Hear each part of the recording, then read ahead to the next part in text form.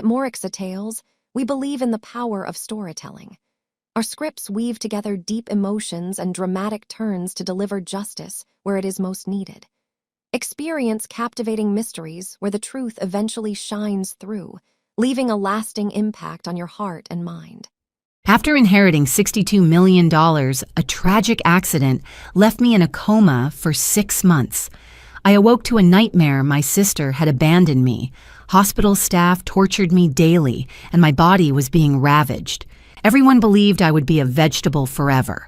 But while they celebrated stealing my fortune, I was documenting every single crime. While they mocked my broken body, I was building my record. While they thought I was hopeless, I was planning their utter downfall. I'm so glad you're here with me. Tell me, what city are you listening from right now? Drop a comment so we can connect across the miles. Quick note, while some details are fictionalized to enhance the storytelling. The powerful message about rising from betrayal and reclaiming your life, that's something I genuinely hope will resonate with you. The beeping was the first sound that told me I was still alive. Steady, rhythmic, insistent. Each pulse from the heart monitor echoed through the fog in my head, dragging me back from wherever I'd been floating. I tried to open my eyes, but my eyelids felt weighted like someone had replaced them with lead. When I finally managed to crack them open, fluorescent light stabbed into my retinas, harsh and unforgiving. Everything hurt. That was my second realization. Not the sharp, localized pain of a cut or bruise, but a deep, radiating agony that seemed to originate from my legs and spread upward through my spine like poison through veins. I tried to shift my weight to find a position that didn't feel like my bones were grinding against each other, but my lower body refused to respond. Panic squeezed my chest. I couldn't feel my legs, or rather I could feel them. The pain made sure of that, but I couldn't move them. My fingers fumbled across the thin hospital blanket, searching for the call button I knew should be clipped somewhere near my shoulder. Found it. Pressed it. Nothing. Pressed again, harder. Still nothing. The little red light that should have signaled the nurse's station stayed dark. Broken or disconnected or Ms. Foster? The voice came from the doorway, flat and professional. A woman in navy scrubs entered without waiting for an invitation, her eyes fixed on a tablet instead of my face. Mid-40s dark hair pulled into a severe bun, the kind of exhaustion in her expression that spoke of too many double shifts and not enough coffee. Her name tag read, Linda R.N. "You're finally awake," she said, tapping something on the screen. "We need to discuss your discharge plan because your insurance company has flagged some concerns about coverage." I tried to speak. My throat felt like I'd swallowed broken glass. Where? The word came out as a raspy whisper that barely qualified as sound. Nurse Linda sighed the kind of sigh that suggested I was the 10th inconvenient patient she'd dealt with this morning, and it wasn't even 9 a.m. yet. She moved to the foot of my bed, finally making eye contact. "You're at Northwestern Memorial. You were in a car accident 2 days ago. Severe injuries to both legs, multiple fractures, head trauma. You've been unconscious since they brought you in. 2 days. The information felt impossible to process. The last thing I remembered. The rain. God, the rain had been coming down in sheets, turning Lakeshore Drive into a river of taillights and brake lights. I'd been driving too fast, too excited, my hands trembling on the steering wheel, not from fear, but from joy. The meeting with James Callahan. Charles Ashford's lawyer played in my mind like a movie. The mahogany office, the leather chair, the will being read in that measured legal tone. To my dear friend and archivist, Elena Foster, I leave the sum of $62 million and controlling interest in Ashford Enterprises. $62 million. I'd cried right there in that office, tears of disbelief streaming down my face, while James had smiled kindly and handed me tissues. Charles, kind, grumpy, lonely. Charles, who I'd brought peppermint tea to every Tuesday for 5 years, had left me everything. I'd been rushing home to call my sister, to tell Walsh the news, to share it with her, because that's what family did, wasn't it? Share miracles. Then the truck had swerved into my lane. "Your sister," I croaked, forcing the words past the sandpaper in my throat. "Walsh, my sister. Has she been here?" Something flickered across Nurse Linda's face. Not quite sympathy, but close. She pulled up a chair and sat, which felt ominous. Nurses didn't sit down to deliver good news. Miss Foster, I need to be direct with you about your treatment plan. She consulted her tablet again as if reading from a script. You sustained bilateral tibial and fibular fractures along with damage to the surrounding soft tissue. The attending physician recommended immediate reconstructive surgery, titanium rods, bone grafts, the works. It's the gold standard for this type of injury. With that procedure, you'd have about an 85% chance of regaining full mobility. Hope flared in my chest. Okay, when do we... Your sister declined that option. The hope died so quickly I almost heard it. What? Nurse Linda's expression remained professionally neutral. Walsh Foster is listed as your medical power of attorney. You signed those papers about 3 years ago during a routine estate planning session. It's all legally documented. She arrived yesterday morning while you were still unconscious and reviewed the treatment options with Dr. Patterson. My mind was reeling. I don't understand. Why would she... She opted for the conservative approach, standard casting pain management and eventual physical therapy. It's less invasive, which means lower risk of surgical complications. Nurse Linda paused, and I could see her choosing her next words carefully. It's also significantly less expensive. The reconstructive surgery would have cost approximately $40,000 out of pocket after insurance. The casting method costs about $5,000. $35,000. Walsh had chosen to save $35,000. But what does that mean for... I couldn't finish the sentence. Couldn't make myself ask the question I already knew the answer to. Nurse Linda did it for me. Without the reconstructive surgery, your chances of walking normally again are less than 15%. You'll likely require a cane or wheelchair for the rest of your life. I'm sorry.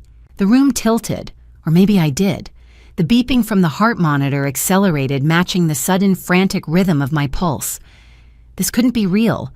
Walsh wouldn't do this to me. There had to be a mistake, a miscommunication. Walsh was my sister. She'd protected me from bullies in middle school. She'd held me when our mother died.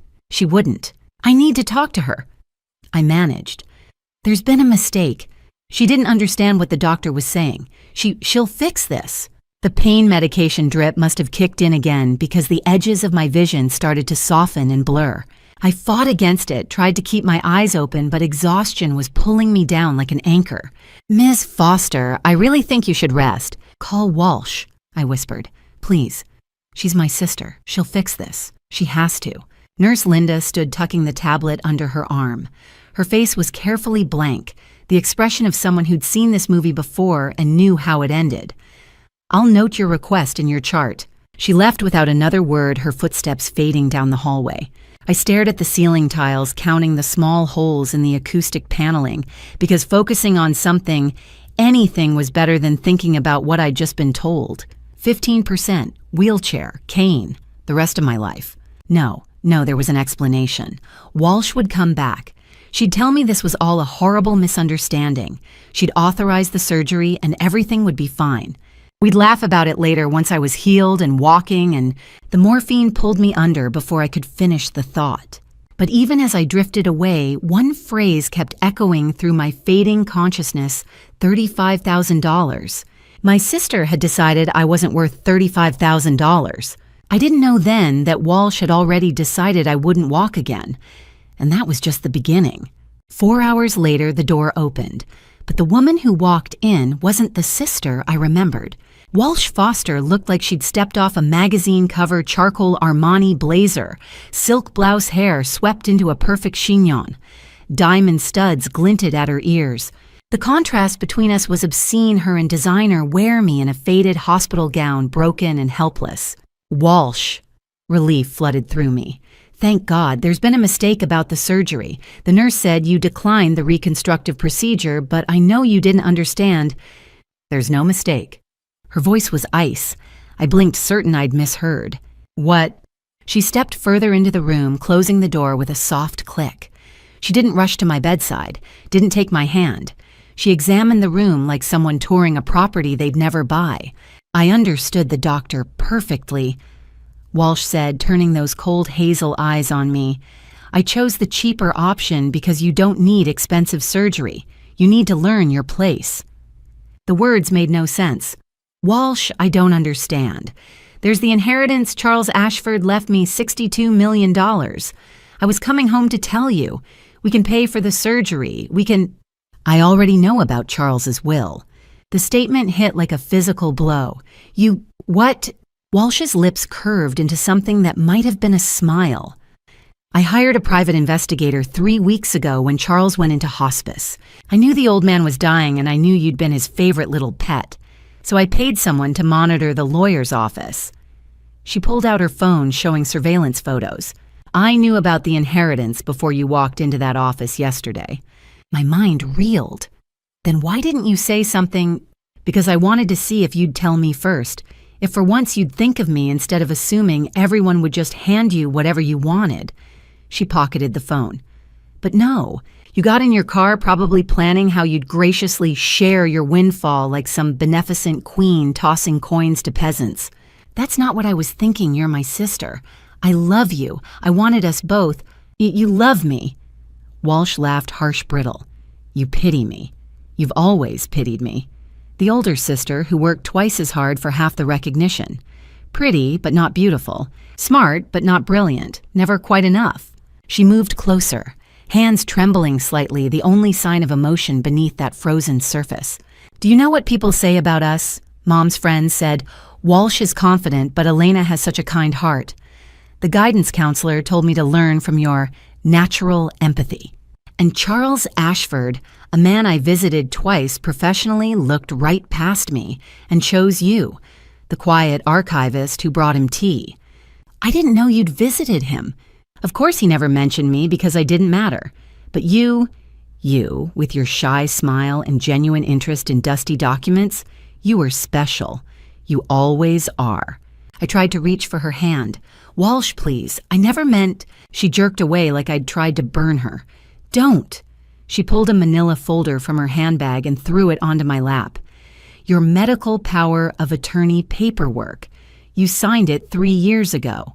Remember you said you trusted me more than anyone. I stared at my own signature. That trust was your first mistake. Walsh continued, voice cold and clinical again. Your second mistake was getting in that car before telling me about the money. Your third, assuming I would ever forgive you for being someone people love without even trying.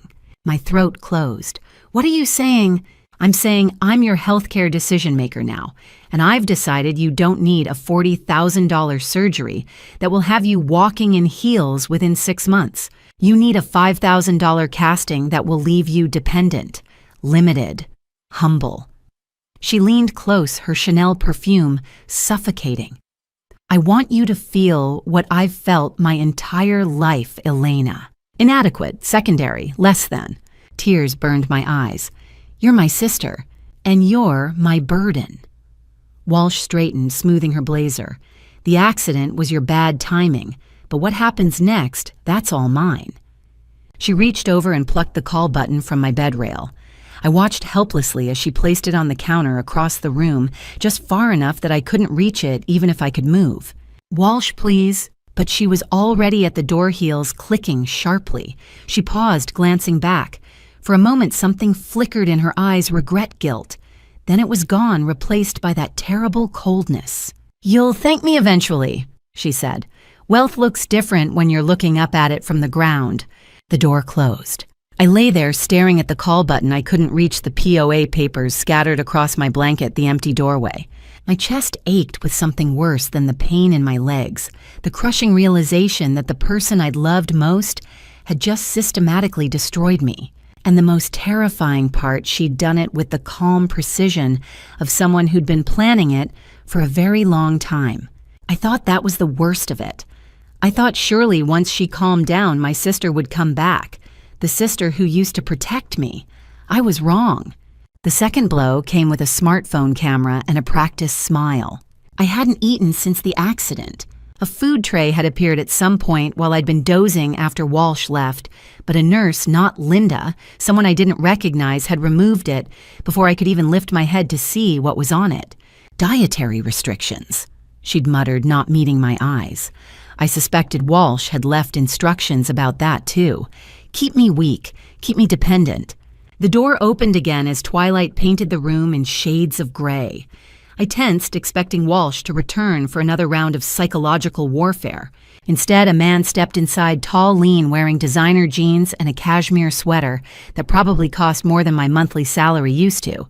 He had the kind of angular jawline that photographed well and artfully tousled brown hair that looked effortless, but definitely wasn't.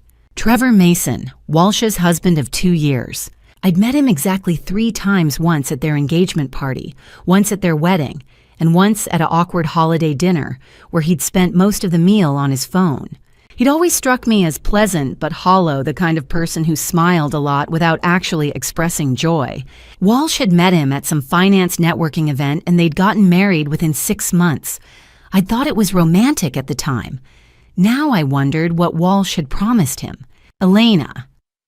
He approached the bed, but kept his distance like my brokenness might be contagious. His eyes darted around the room to the monitors, the IV stand, the window, anywhere but my face. Walsh asked me to check on you. There was something off about his tone. Rehearsed. Like he'd practiced the line in the car on the way over. Trevor, I need to talk to Walsh again. There's been a terrible misunderstanding about... He pulled out his phone. The movement was smooth, automatic. He didn't ask permission, didn't warn me, just opened the camera app and angled it toward my bed, his face transforming in an instant. The uncomfortable man disappeared. In his place stood someone bright, energetic, performative. Hey everyone, it's Trevor. His voice pitched up half an octave, taking on that distinctive YouTuber cadence that made everything sound like breaking news.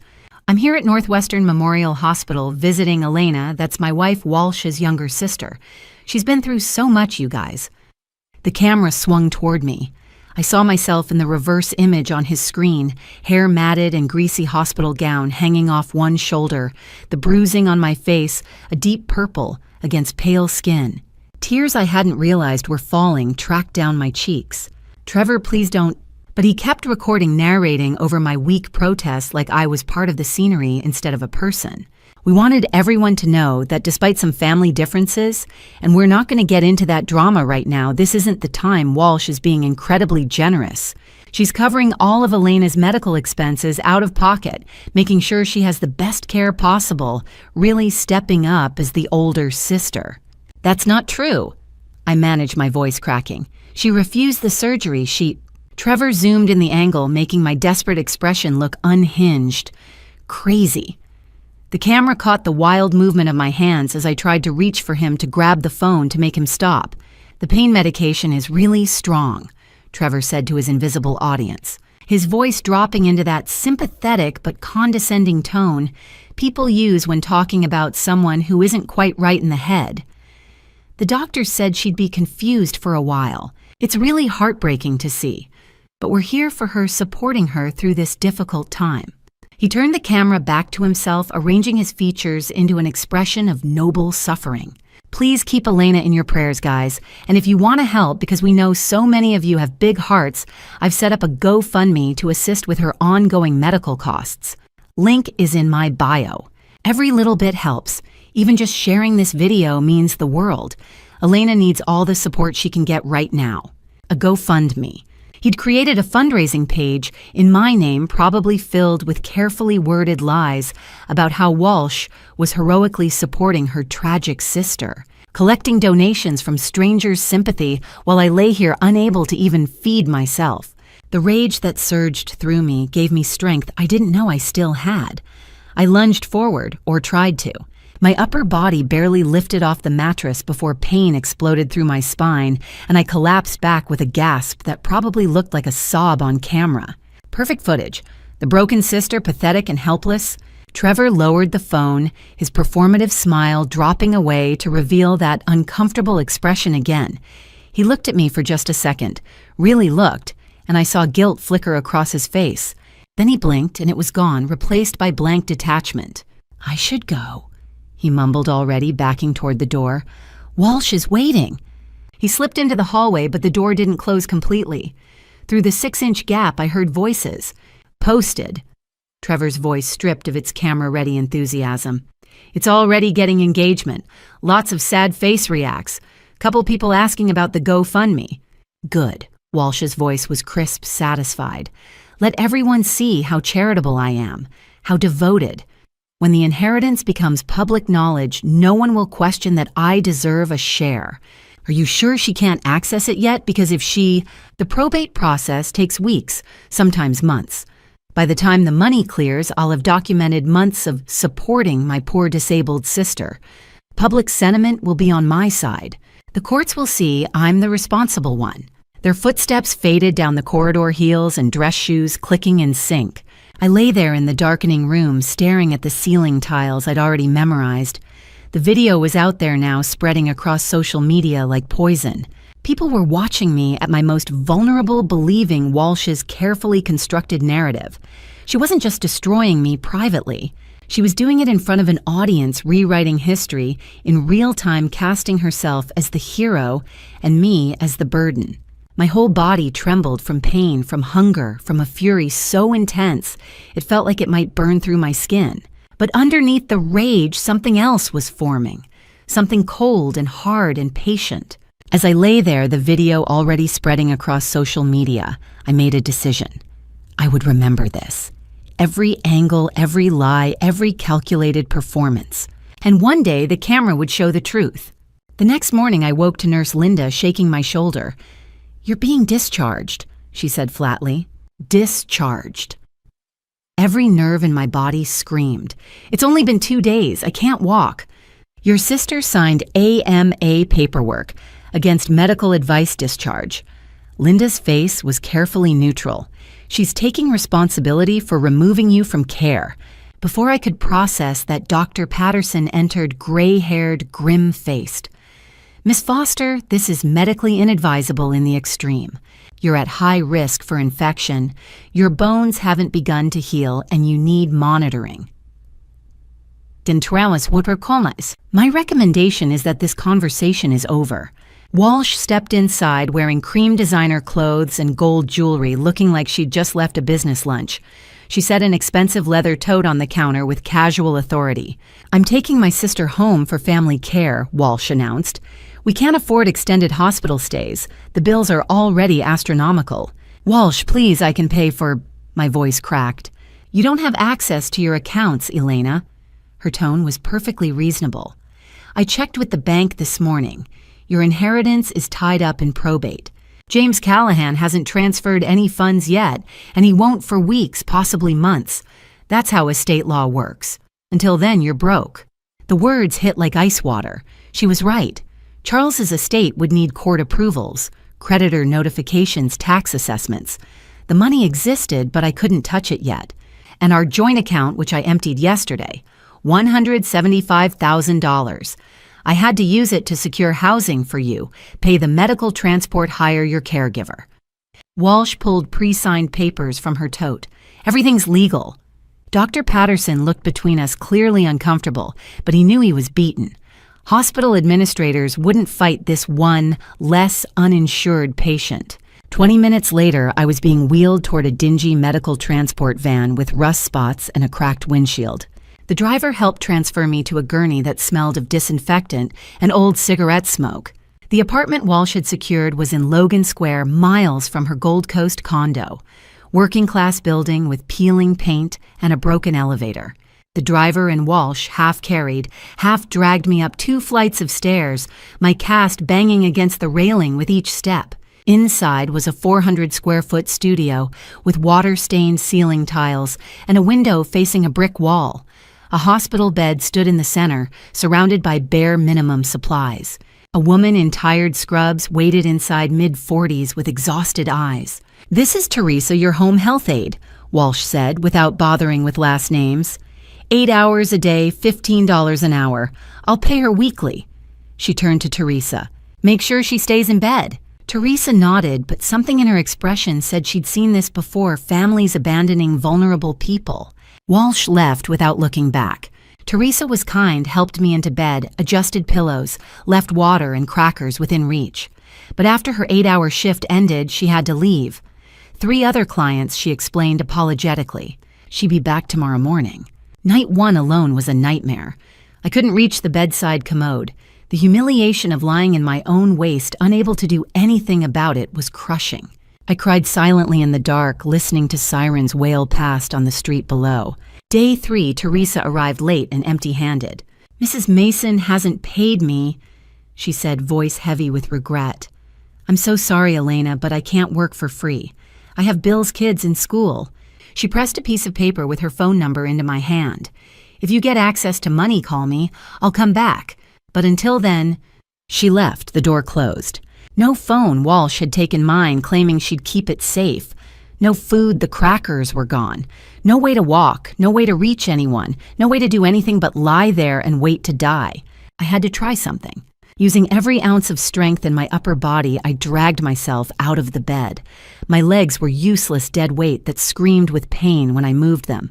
I pulled myself across the floor by my forearms, inch by agonizing inch, aiming for the door. If I could just get to the hallway, someone would see me. Someone would help. I reached the door, managed to turn the knob. The door swung open onto the interior stairwell.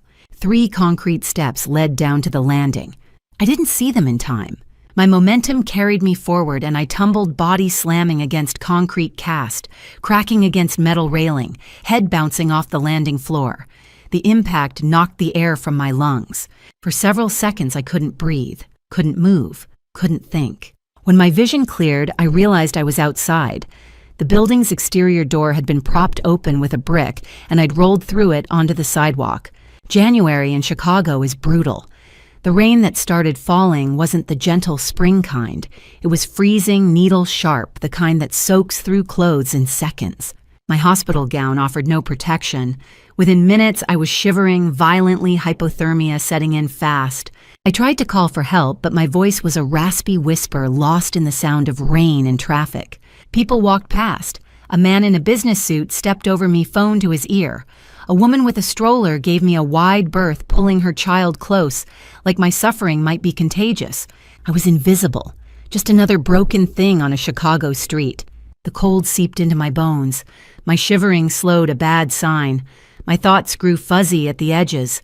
The rain drummed against the pavement, washing blood from my reopened wounds into the gutter. As the rain soaked through my hospital gown and my broken body trembled on the concrete, I thought, this is how I die. Not from the accident, but from my sister's cruelty. I don't know how long I laid there. Minutes felt like hours. I was drifting in and out of consciousness when I heard a car door slam. The sound cut through the rain, sharp, urgent, close. Footsteps pounded against wet pavement, running. "Oh my God, Elena, Elena!" A man's voice, horrified. Through blurred vision, I saw a figure kneeling beside me, tall, dark overcoat, graying hair plastered by rain. James Callahan, Charles Ashford's attorney, the man who'd read me the will 4 days ago. He pressed fingers against my neck, checking for a pulse phone already at his ear. "I need an ambulance at 2847 North Kedzie Avenue. Woman, early 30s, hypothermic, severe injuries." He glanced at my soaked hospital gown, the cast. "She's been exposed to the elements, Jesus open fractures, barely conscious. Yes, this is an emergency." He shrugged out of his wool overcoat and draped it over me, tucking it around my shivering body. The fabric was warm and smelled like cedar and safety. He knelt on the wet concrete, heedless of his expensive pants getting soaked. "Elena, stay with me." His voice was firm but kind. "Help is coming. Can you hear me?" I managed a whisper. "James, how did you find me?" His face twisted between relief and rage. "I've been looking for 3 days. You weren't at your apartment address. The hospital wouldn't tell me where your sister took you, patient privacy laws. I had to get a court order for discharge records. The driver remembered this address." He brushed wet hair from my face with gentle fingers. I should have moved faster. The ambulance arrived within minutes. EMTs swarmed, warm blankets, IV lines, oxygen mask. They loaded me onto a gurney. "We're taking her to Northwestern Memorial," the lead paramedic announced. "No." Callahan climbed into the ambulance beside me. "Not Northwestern. She's not going back there." The paramedic frowned. "Sir, that's the nearest level 1 trauma." "I don't care. Her sister has connections there, and her sister is the reason she's in this condition." Callahan pulled out his phone. "I'm arranging private medical transport to Lake Forest. You stabilize her here, I'll have a private ambulance meet us. It's an estate property with full medical capabilities. I'll sign whatever liability waivers you need." The authority in his voice made things happen fast. Within the hour, I was being transferred to a sleek private vehicle with a registered nurse monitoring my vitals. I drifted during the 40-mile drive north. Fragments registered highway signs, gates opening onto a tree-lined private drive, a stone mansion that looked like an English estate, being carried through hallways that smelled of lemon polish instead of antiseptic. When I woke with clarity, I was in a bedroom that bore no resemblance to any hospital. Crown molding, cream ceiling, large windows overlooking gardens and forest. The bed had Egyptian cotton sheets, not scratchy hospital linens. Medical equipment surrounded me but integrated tastefully, almost invisible.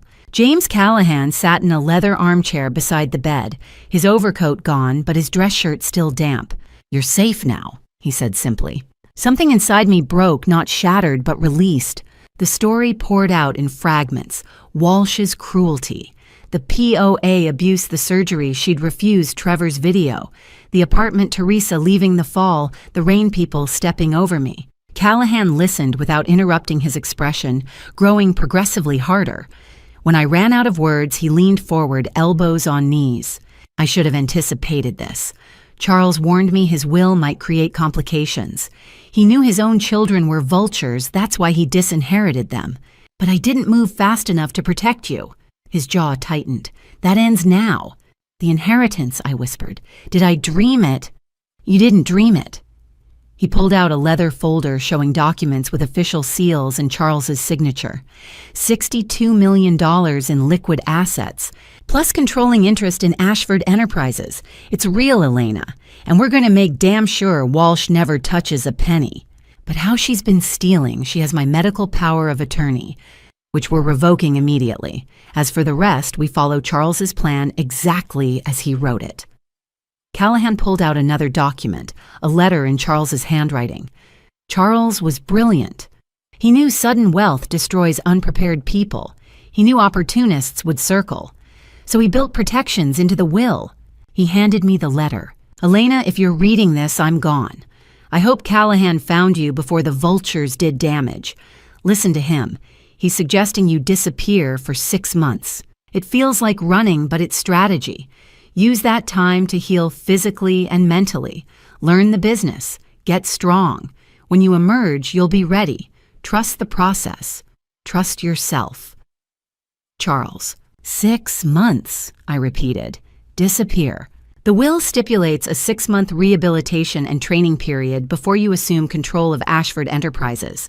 During that time, your legal identity as Elena Foster is suspended. You become E. Ashford on all documents. You can't contact anyone from your previous life. No friends, no Walsh. So she thinks I vanished. Into the shelter system, probably. That's what happens to people on sidewalks in rain. His expression was grim. Meanwhile, you'll be here.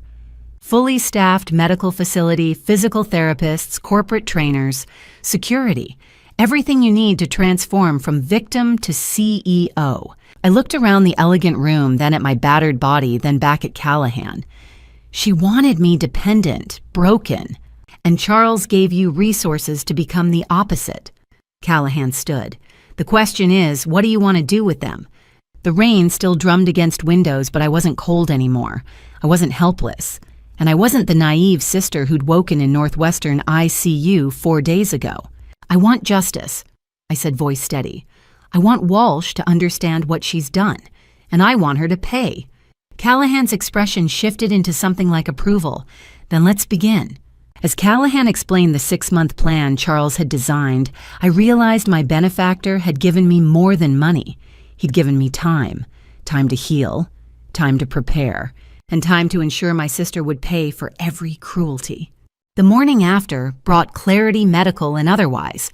I woke to voices outside my door, not the harsh, dismissive tones I'd grown accustomed to at Northwestern, but calm, professional discussion. Through the half-open door, I caught glimpses of Callahan speaking with a man I didn't recognize, late 50s. Silver hair, wire-rimmed glasses, wearing what looked like expensive European tailoring. When they entered, Callahan's expression was serious but not grim. "Elena, this is Dr. Henrik Weber. He flew in from Zurich last night." Dr. Weber approached my bed with the focused intensity of someone who'd seen thousands of complex cases. He didn't waste time on pleasantries. "Miss Foster, I need to examine your legs." "Mister, Callahan has explained your situation." His English carried a slight Swiss-German precision. "What happened to you at the other hospital was criminal negligence." "May I?" I nodded, bracing myself for pain. His examination was thorough and surprisingly gentle, but his face grew increasingly grave. When he finally straightened, he pulled off his gloves with barely controlled anger. "This is medical abandonment of the worst kind. You have compartment syndrome developing in your right leg. Infection has started in the left. Without immediate intervention," he paused, choosing his words carefully, "you face permanent disability, possibly amputation within 2 weeks if the sepsis spreads." The room tilted. "Can you fix it?" "Yes."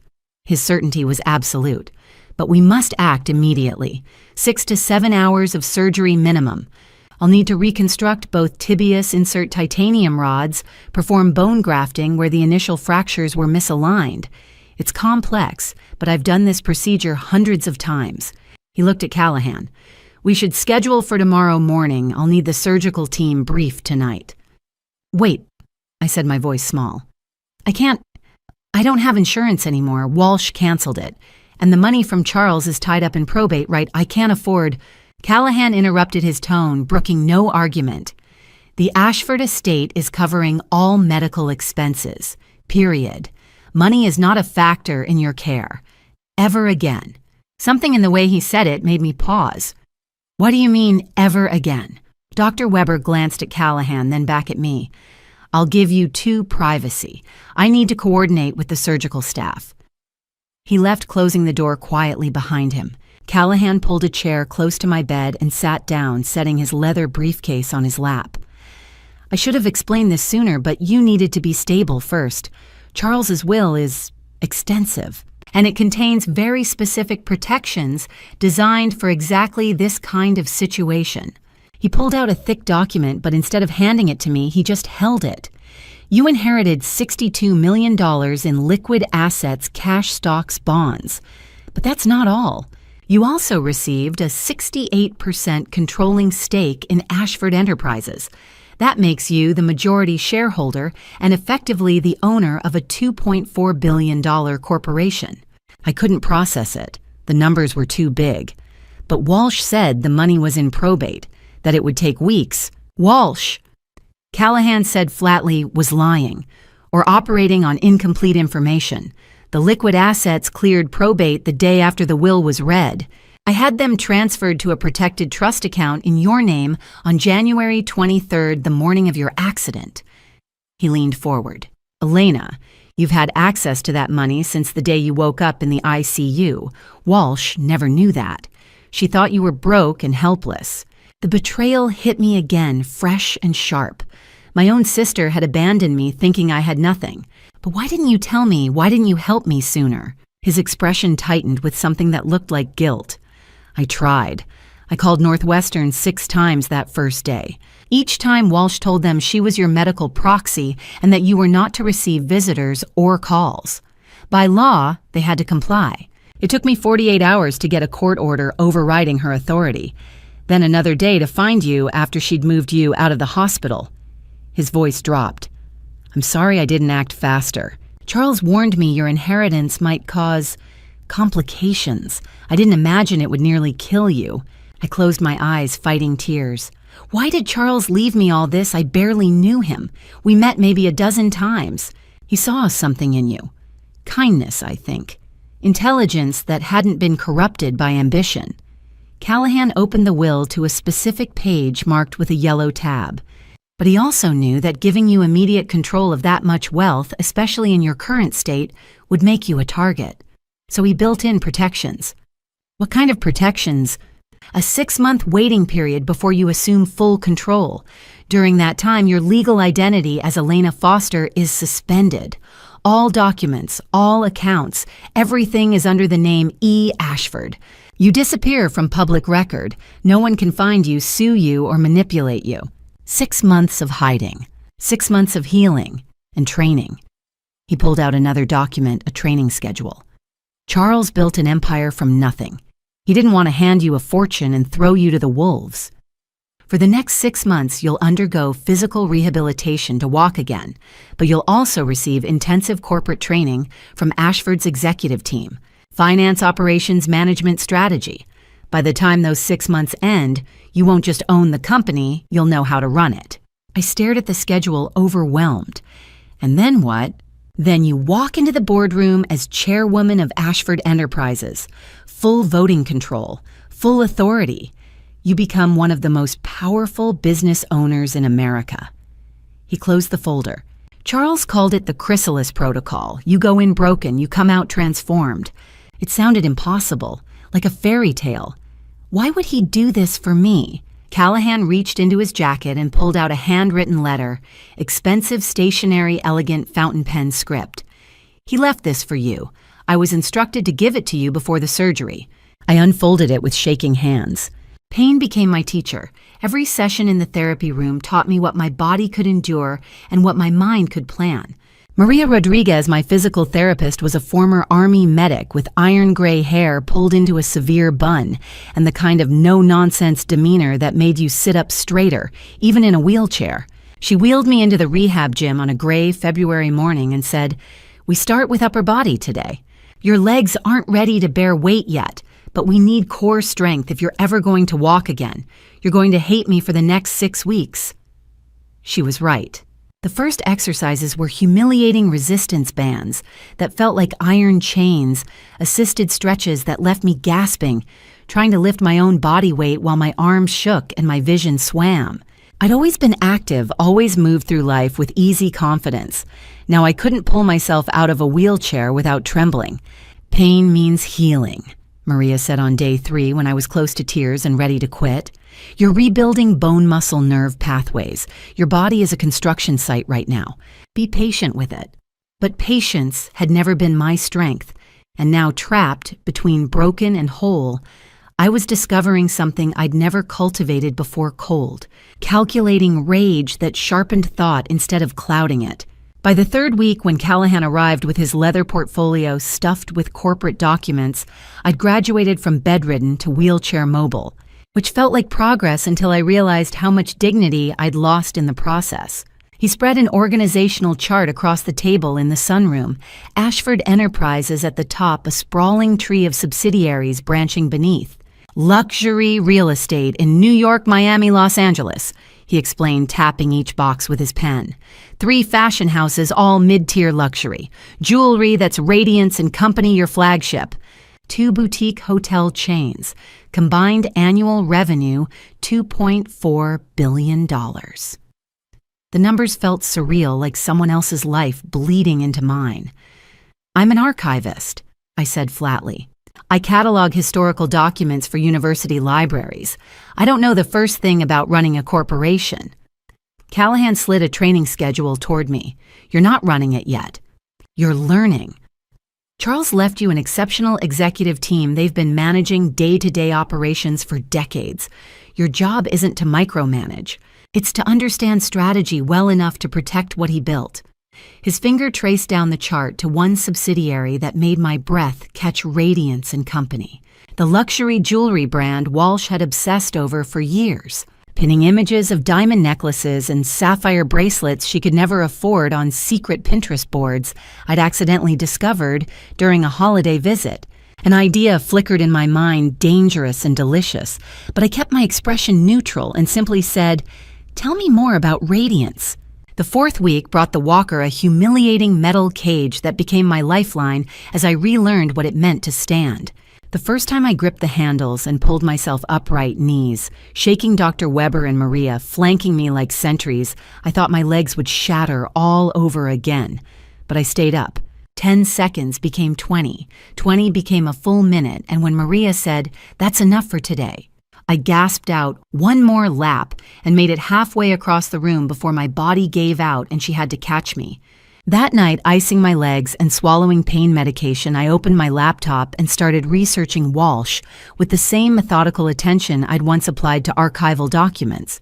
Her Instagram was a masterclass in calculated performance rooftop bars on Michigan Avenue, designer shopping bags arranged just so, carefully staged shots of her Gold Coast penthouse with its floor-to-ceiling windows overlooking Lake Michigan. Every caption dripped with false humility, blessed living the dream, grateful. Trevor's account was worse. His hospital support video had racked up over 200,000 views, comments overflowing with sympathy and praise for Walsh's sisterly devotion. The GoFundMe link he'd embedded had raised $18,000 every cent, routed to an account Walsh controlled. I asked Callahan to investigate their finances, and when he returned with data on his tablet, the picture that emerged was breathtaking in its fragility. "They're leveraged to the hilt," he said. "Trevor lost his marketing job 6 months ago and hasn't told Walsh yet. They're living on credit cards and her salary. Combined debt, $7 million, most of it high-interest personal loans and cash advances. They're one bad month away from total collapse. $7 million. The same people who'd left me to die on a rain-soaked sidewalk were hemorrhaging money to maintain an illusion of success. And suddenly, the plan that had been forming in fragments snapped into perfect clarity. By week 6, when I could stand for 5 minutes without my legs buckling, and Callahan had started inviting me to sit in on virtual board meetings, camera off, microphone muted. My identity hidden behind the designation E. Ashford majority shareholder, I began asking very specific questions. What happens if a brand ambassador violates their morality clause? I asked during one late-night strategy session. Callahan pulled up a sample Radiance & Company contract and explained liquidated damages, standard in high-value endorsement deals. If the ambassador does something that damages the brand's reputation, they pay a penalty. Top-tier contracts carry a $15 million clause. $15 million, exactly twice what Walsh and Trevor owed. I could almost see the trap assembling itself piece by elegant piece, Walsh's desperate hunger for luxury, her public persona as the devoted sister, the morality clause she'd never be able to honor once I revealed what she'd really done, the debt that would crush her when she couldn't pay. "I'm going to offer her everything she's ever wanted," I told Callahan. "A Radiance & Company brand ambassadorship, 6-figure contract designer jewelry magazine spreads. She'll sign without reading the fine print because she always does. And when I expose what she did to me, when the world sees the real Walsh, that morality clause will detonate and bury her under debt. She can't escape." By week 8, I could walk across a room without grimacing, and my mind had grown as sharp as my body was strong. I understood now what Charles had meant about the chrysalis. This wasn't just physical healing, it was transformation into something Walsh couldn't destroy, because she'd never see it coming. She thought I was buried under medical debt and legal red tape, too broken to fight back. She had no idea I'd spent 2 months studying her weaknesses, learning corporate strategy, building a snare from her own greed and vanity. Standing at my window one cold March evening, watching the sun set blood red over the frozen lake, I spoke quietly to my reflection. "You wanted to destroy me, Walsh. Instead, you gave me a reason to become someone you can't destroy, and now I'm going to let you destroy yourself." The past has a way of refusing to stay buried.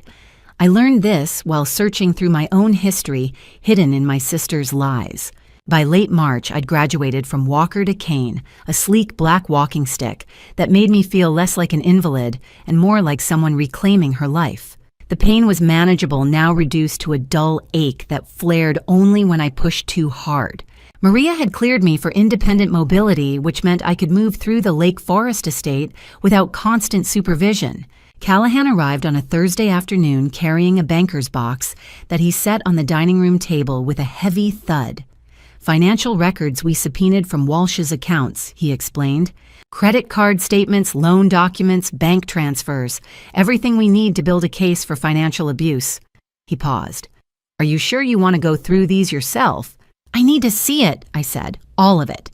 I sorted methodically the way I'd been trained to handle archival materials, chronologically by category, with careful attention to detail. Credit card statements showing luxury purchases Walsh couldn't afford, loan documents with predatory interest rates, bank transfers from our joint account to hers, dated the day after the will reading. Each piece of paper was another thread in the web of betrayal. Then, wedged between two manila folders near the bottom, I found something that didn't belong, an old envelope, yellowed with age, sealed with brittle tape. The handwriting on the front made my breath catch my father's distinctive scrawl, neat and precise, despite the tremor in his final years. To Walsh Foster, to be opened on your 30th birthday. Walsh had turned 30 over 8 years ago. This letter had never been opened. My hands trembled. This was addressed to Walsh, not me. Reading it would be an invasion of privacy, except Walsh had forfeited any claim to privacy when she'd forfeited her humanity. And if my father had written something that might explain the woman my sister had become, I needed to know. I carefully peeled back the tape and opened the envelope. Inside were 2 items, a handwritten letter on my father's stationery and a photocopied police report, edges worn and faded. The police report was dated 12 years ago, investigation into the death of Margaret Foster. I'd been 10 when my mother died. Walsh had been 15. We'd been told it was an accident. She'd fallen down the stairs, hit her head, died before the ambulance arrived. A terrible random tragedy. But as I read the report, a different story emerged. The official conclusion was accidental death case closed within 48 hours. But attached was a witness statement that had never been followed up on, filed by our neighbor, Mrs. Patricia. I heard loud arguing between Margaret Foster and her older daughter, approximately 15 minutes before I heard screaming and a loud crash. The daughter was yelling, "It's not fair. You always choose her." Then silence, then screaming. I called 911 immediately. The words blurred. I forced myself to reach for my father's letter with hands that shook so badly I nearly dropped it. My dearest Walsh, by the time you read this, you'll be 30 years old, and I pray you've found some measure of peace. I'm writing this on your 22nd birthday, knowing I may not live to see your 30th, and knowing there are things that must be said, even if they're said too late. I never told you that I knew about the argument with your mother that day. Mrs. Patricia told me after the funeral, torn apart by guilt, wondering if she should tell the police what she'd heard. I asked her not to. I begged her not to. Because I knew Walsh. I knew you hadn't meant for it to happen. I knew you'd pushed her in anger, not realizing she was standing at the top of the stairs. I knew you'd watched her fall and that the sound would haunt you forever. I chose not to pursue it because losing both your mother and you would have destroyed what was left of our family. You were 15, a child, a scared, guilt-ridden child who'd made a terrible mistake in a moment of anger. But Walsh, your mother's disappointment in you was never about Elena. It was about the choices you were making. The lying, the stealing, the cutting school. She was trying to help you and you pushed her away, literally. Elena was 10 years old. She adored you. She had nothing to do with any of it. But I've watched you these past 7 years, and I've seen the way you look at her. The way you blame her for the guilt you can't face. The way you punish her for your own sins. It has to stop, Walsh. By the time you read this, I'll be gone. The doctors have given me perhaps 2 years. I'm giving this to my lawyer with instructions to deliver it on your 30th birthday because I desperately hope that by then you'll have found the strength to forgive yourself, to stop destroying the one person who loved you unconditionally despite everything. Please, Walsh, find help. Let go of the anger. Stop making Elena pay for a crime she didn't commit. I love you. I've always loved you, but I can't protect you from yourself anymore. Dad. The letter slipped from my hands and drifted to the floor. My mother hadn't died in an accident. She died because Walsh had pushed her in a jealous rage, and my father had known, and he'd chosen to bury the truth to save his surviving daughter from prosecution. And Walsh had spent 12 years punishing me for her own guilt. Memories crashed over me. Walsh hugging me at the funeral, whispering, "It's just us now, Elena. I'll take care of you." The way her eyes had looked, not sad, but empty. Hollowed out. I'd thought it was shock. Now I understood it was the moment she'd chosen to redirect her guilt, to make it my fault somehow, to convince herself that if I hadn't existed, Mom wouldn't have been disappointed in her, wouldn't have been standing at the top of those stairs. Every cruel comment, every comparison, every time Walsh had undermined my confidence, she hadn't been jealous of me. She'd been trying to erase me to punish the symbol of her own failure. The sobs came without warning, wrenching and painful, not just for my mother's death, but for the sister I'd lost that same day. The woman who'd left me to die on a rain-soaked sidewalk wasn't really my sister anymore. She was a ghost, haunting the shell of someone I'd once loved. I don't know how long I sat there crying before Callahan returned. He took one look at me at the letter on the floor at the police report clutched in my hand, and his expression shifted from concern to alarm. "Elena, what did you find?" I couldn't speak. I just handed him the documents and watched his face change as he read.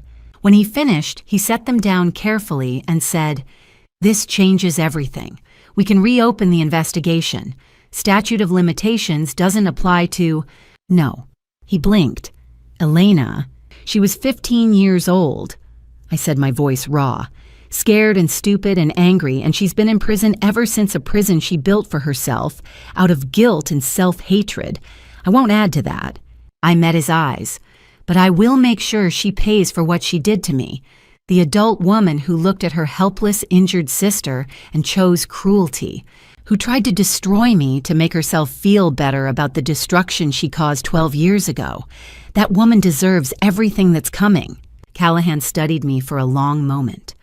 "You're showing her more mercy than she showed you." "I know." I picked up the letter, folded it carefully, and locked it in the safe in my room. Walsh's secret stays buried, but her crimes against me, those will be shouted from the rooftops. Some transformations happen in the therapy room. Others happen in front of a mirror where you decide who you're going to become.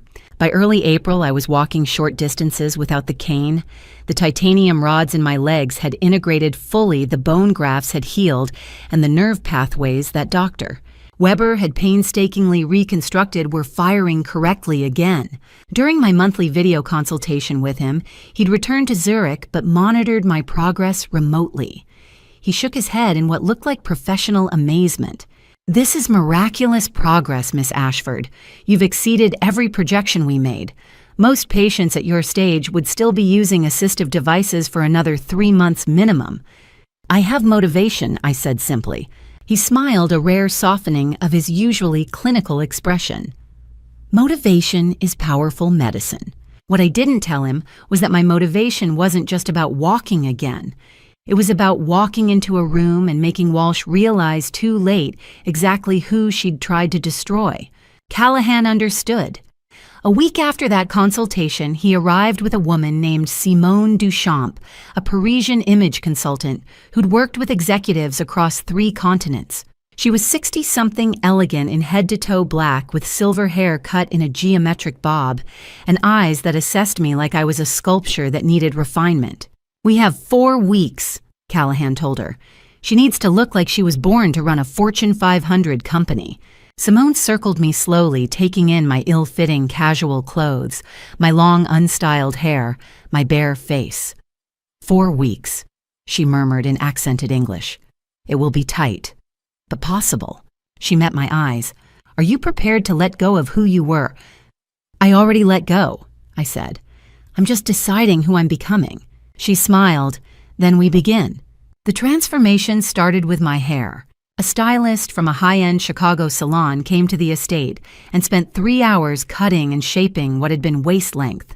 Unstyled brown hair into a sharp-angled bob that skimmed my jawline. Severe, modern, powerful. When she turned me toward the mirror, I barely recognized the woman staring back. The cut made my cheekbones look sharper, my eyes larger, my whole face more defined. "Hair is communication," Simone explained. "You are telling the world I am not someone you can dismiss." Next came wardrobe. Simone brought in a personal tailor who took my measurements and returned a week later with suits in Italian wool charcoal navy, deep burgundy cut to fit my frame precisely. Silk blouses in cream and dove gray, a cashmere coat in camel, everything understated, nothing flashy. "Real wealth whispers," Simone said. "Your sister shouts. You will whisper and everyone will lean in to hear." But the hardest part of the physical transformation was the shoes.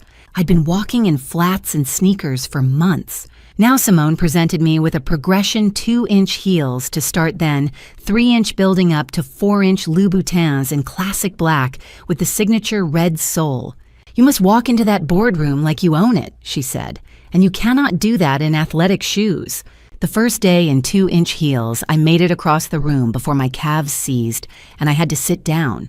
Maria integrated heel training into our physical therapy sessions, balance exercises, calf strengthening, practicing walking with proper posture so the weight distributed correctly through my reconstructed legs. By mid-April, I could manage 3 inches for an hour.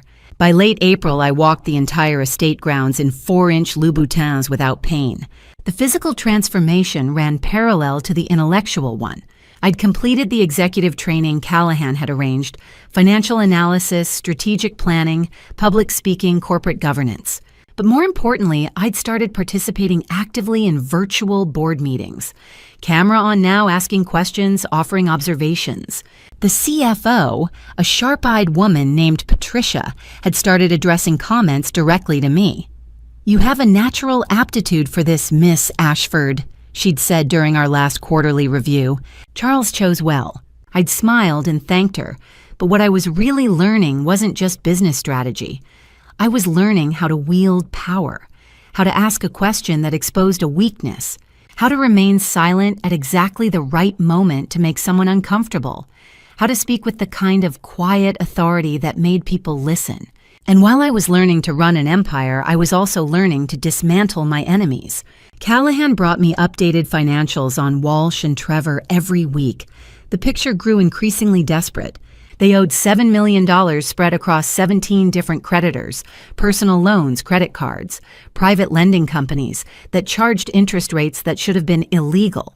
They were living in a Gold Coast penthouse they couldn't afford at $12,000 a month. Trevor was leasing a Mercedes. He couldn't afford at $220 a month. Walsh's credit cards were maxed at their limits. Payments were overdue. Collection agencies were calling. "They're hemorrhaging money," Callahan said during our strategy session in early May. "Multiple creditors are threatening legal action. It's only a matter of time before something collapses." I studied the spreadsheet he'd prepared tracking every dollar Walsh and Trevor owed and to whom. An idea crystallized. Elegant, brutal, perfect. "Buy the debt," I said. "All of it." Callahan looked up sharply. "That's aggressive." "They wanted me powerless," I said calmly. "I'm going to show them what powerless actually feels like. Buy every loan, every credit card balance, every dollar they owe. Through Phoenix acquisition so they don't know it's me." He was quiet for a moment, then nodded slowly. "Most of these creditors would be happy to sell at a discount. They're worried about default. I could probably acquire the full $7 million in debt for around $5.2 million. Do it." It took 3 weeks to execute.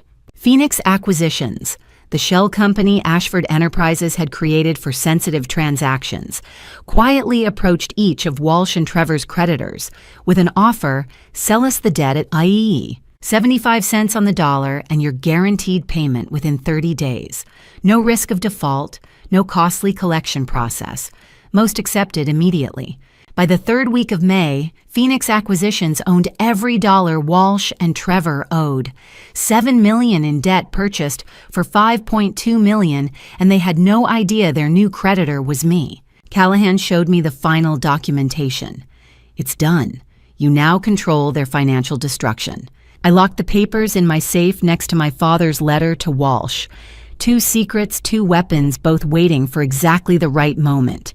On the last Saturday in May, I walked the entire perimeter of the Lake Forest estate in 4-inch heels without stopping, without pain. When I returned to my room, I stood in front of the full-length mirror and studied the woman reflected there. She was a stranger. Sharp bob framing an angular face, tailored burgundy suit that spoke of boardrooms and billion-dollar decisions, Louboutins that added height and authority, posture, perfect expression, controlled eyes, cold and calculating. Not the soft, gentle archivist who'd spent years cataloging other people's histories. Not the broken, abandoned woman left to die on a rain-soaked sidewalk. This woman looked like she could run an empire. More importantly, she looked like someone my sister wouldn't recognize until it was far too late. "Ready?" I said to my reflection. And I was. The best traps are baited with the victim's own desires. Walsh's desire was recognition. I would give her a contract that looked like a victory but read like a death sentence. I was working in what had been the estate's library but had quietly transformed into my command center mahogany desk. Multiple monitors displaying real-time data from Ashford's subsidiaries. Walls lined with corporate documents instead of books. Callahan knocked and entered carrying his ever-present leather portfolio. The brand manager at Radiance & Company is asking about the new ambassador campaign, he said. The current contract expires in 3 weeks. They need someone photogenic, socially connected with strong engagement metrics. I looked up from the financial statements I'd been reviewing. I want to offer the position to Walsh Foster. Callahan stopped mid-step. Your sister, the woman who tried to cripple you? Exactly her, but with conditions. I spent the next week drafting the contract, personally working closely with Ashford's legal team. The offer looked generous on the surface, extraordinarily so. $500,000 annual fee plus performance bonuses. The Stars of Eternity campaign, Radiance's flagship jewelry line, launching in fall. Walsh would appear in print ads, billboards, social media campaigns. Her face would be synonymous with luxury, elegance, aspiration. Everything she'd ever wanted. But buried in Section 8, written in the dense legal language that most people skimmed over, was the morality clause. I made sure it was ironclad. The ambassador agrees to maintain an unblemished public image consistent with the brand's values of elegance, integrity, and ethical conduct. The ambassador shall refrain from any behavior that could reasonably be construed as harassment, fraud, elder abuse, medical negligence, or any other conduct that would bring disrepute to the brand or its affiliated companies. In the event of breach of this morality clause, as determined solely by the brand at its reasonable discretion, this agreement shall terminate immediately, and the ambassador shall pay liquidated damages in the amount of $15 million, $15 million within 30 days of written notice. This amount represents a reasonable pre-estimate of damages the brand would suffer from reputational harm, and is not a penalty. I'd worked with 3 different attorneys to ensure the language was broad enough to encompass Walsh's hospital abuse, the abandoned patient, the medical proxy violation. The public video Trevor had posted that portrayed Walsh as a saint while I suffered, but specific enough to hold up in court when she inevitably challenged it. The lead counsel, a sharp-eyed woman named Margaret Ross, reviewed the final draft and looked up at me with concern. Miss Ashford, this morality clause is unusually harsh. Most brand ambassador contracts carry penalties in the 1 to 3 million range. 15 million is extraordinarily punitive. My brand represents elegance and integrity, I said calmly. If someone violates that publicly, the damage to Radiance's reputation would be catastrophic. I need insurance. She nodded slowly, still looking uncertain. And you're certain you want to offer this to Walsh Foster specifically? Absolutely certain.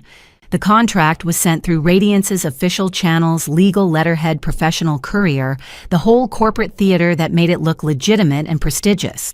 No indication that the majority shareholder had personally designed it as a trap. I didn't see Walsh's reaction directly. I wouldn't compromise the careful distance I'd maintained. But I knew my sister. I could predict her response as clearly as if I'd been standing in her Gold Coast penthouse watching her open the envelope. She would have screamed, called Trevor, read the fee amount out loud, $500,000, and felt that intoxicating rush of validation she'd been chasing her entire life. Finally, a luxury brand had recognized her value. Finally, she was being seen as she'd always believed she deserved to be seen. She would have immediately started planning the announcement, which designer she'd wear, how she'd stage the Instagram, reveal what caption would maximize engagement. I knew this because years ago, when we'd still shared holiday dinners, I'd accidentally seen draft emails on her iPad, desperate pitches to Radiance and other luxury brands begging for collaborations, name-dropping connections she didn't have. She'd been obsessed with this particular company for half a decade. Now they were offering her everything she'd ever wanted. She wouldn't read the fine print carefully. She never did. 3 days after the contract was sent, Callahan returned to my office with confirmation. Walsh Foster signed this morning. Her attorney advised her to review Section 8 more carefully. She overruled him and signed anyway. He set the executed contract on my desk. She even posted about it on Instagram, exciting news coming soon with a diamond emoji. I closed my eyes, feeling something that might have been guilt flicker in my chest for just a moment. Then I remembered lying on that rain-soaked sidewalk, legs shattered, hypothermic, abandoned by the person who was supposed to protect me. I remembered the cold satisfaction in Walsh's eyes when she'd told me at the hospital that she would decide my medical care. I remembered Trevor's camera in my face turning my suffering into content. The guilt evaporated. "When will you trigger the morality clause?" Callahan asked quietly. "After the gala," I said. "Let her have one moment thinking she's won. Let her walk into that announcement event feeling like she's finally achieved everything she deserves." I opened my eyes and met his gaze. "Then I'll show her the video of what she really is. And that contract she just signed will detonate everything." Callahan pulled up another file on his tablet. "There's something else you should know. Trevor sold the leased Mercedes yesterday, paid the buyout penalty, took a significant loss. Bank records show he used the money to purchase a $58,000 gown from a boutique on Oak Street. For Walsh," I said, it wasn't a question. "For Walsh, for the Radiance announcement gala next month." I almost laughed. They were drowning in $7 million of debt that I now owned. Their credit cards were maxed. Collection agencies were calling. And they were spending their last liquid resources on a designer dress for the event where I would destroy them. "They're buying designer life preservers while the ship sinks," I murmured. "They don't know it's sinking," Callahan pointed out. "They think they're about to be rescued." I picked up the signed contract, Walsh's flowing signature at the bottom next to the date. She'd signed her own financial death warrant in exchange for a photo shoot and a press release. I almost pitied her. Almost. Every great performance needs a stage. Mine would be the Palmer House Hilton, and the audience would be Chicago's elite. All I needed was for my sister to walk through those doors. I stood in the estate's command center reviewing the final plans spread across my desk. Seating charts, security protocols, media credentials, catering manifests. Callahan and Patricia, the CFO, flanked me as we went through every detail. "The annual Ashford Enterprises Charity Gala," Patricia said, "July 26th. Exactly 6 months from the date you inherited. The Palmer House Grand Ballroom," Callahan added. 400 guests, the wealthiest and most influential people in Chicago. CEOs, philanthropists, politicians, old money. The city's power structure in one room. I nodded. Everything had been building toward this moment for 6 months. Every physical therapy session, every board meeting, every strategic move. The chrysalis protocol ended on July 26th. On that date, Elena Foster would legally cease to exist, and Elena Ashford would emerge fully publicly with complete control of a $2.4 billion empire. And Walsh would be there to witness it. Public purpose. I asked, though I'd written the plan myself. "Fundraising for the Ashford Foundation," Patricia said. "Education grants medical research arts programs, completely legitimate." "And the private purpose," Callahan met my eyes. "Your debut as chairwoman and Walsh's destruction." "Send the invitations," I said. The invitations went out the following week. Thick cream cardstock with gold embossing the kind of stationery that announced importance before you even opened the envelope. Ashford Enterprises cordially invites you to the annual Charity Gala Saturday, July 26, 2025, Palmer House Hilton. Grand Ballroom 7 o'clock, p.m. reception 8 o'clock, p.m. dinner. Black tie required. Join us for an evening of philanthropy and celebration. Meet the new chairwoman. That last line was the hook. The business community had been buzzing for months about the mysterious E. Ashford who'd taken control of Charles's empire. No one had confirmed an identity. No one had seen photos. The gala would be the reveal. Walsh and Trevor's invitation was hand-delivered to their Gold Coast penthouse. I wasn't there to see their reaction wouldn't compromise the careful separation I'd maintained, but I knew my sister well enough to predict exactly how it would unfold. Walsh would have torn open the envelope and felt her heart spike when she saw the name Ashford Enterprises, the parent company of Radiance and Cored, the brand she'd just signed with. This wasn't just networking. This was access to the very top of the corporate hierarchy she'd been climbing her entire life. She would have called Trevor immediately. This is it. This is how we save everything. The executives from Radiance will be there, probably the chairwoman herself. If I can make the right connections, get some FaceTime with decision makers, maybe secure bigger contracts.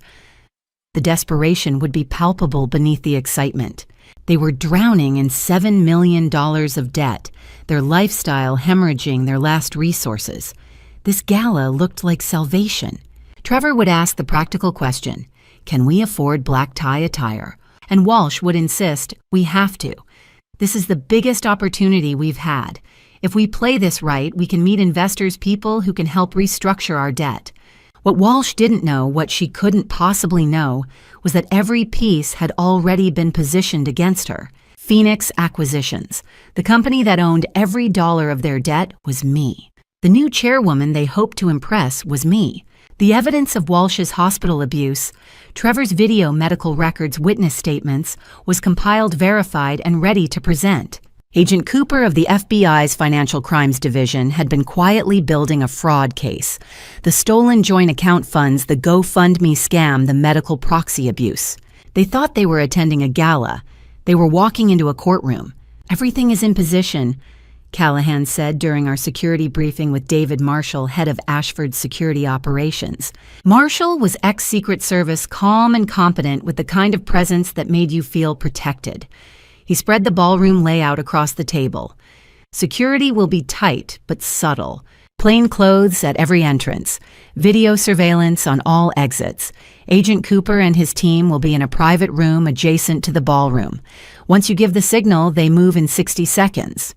I studied the layout, imagining how it would unfold, the dinner, the speeches.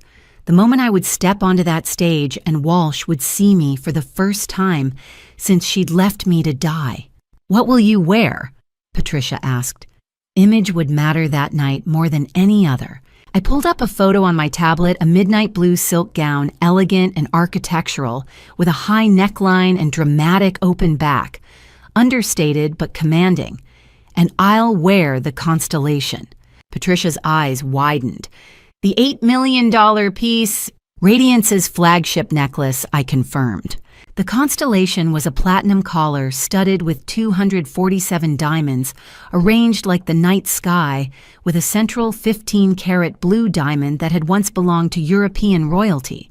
It was the most valuable piece in Radiance's collection, usually kept in a vault. Walsh signed a contract to represent elegance and integrity. I want her to see exactly what that looks like. Callahan smiled grimly. Poetic. Justice usually is. The final preparations took 3 weeks. The speech was written and rewritten until every word carried maximum impact. The video evidence was edited into a 6-minute presentation that laid out Walsh's cruelty with clinical precision. Security protocols were rehearsed. Media credentials carefully controlled, only select outlets allowed inside, positioned exactly where I needed them.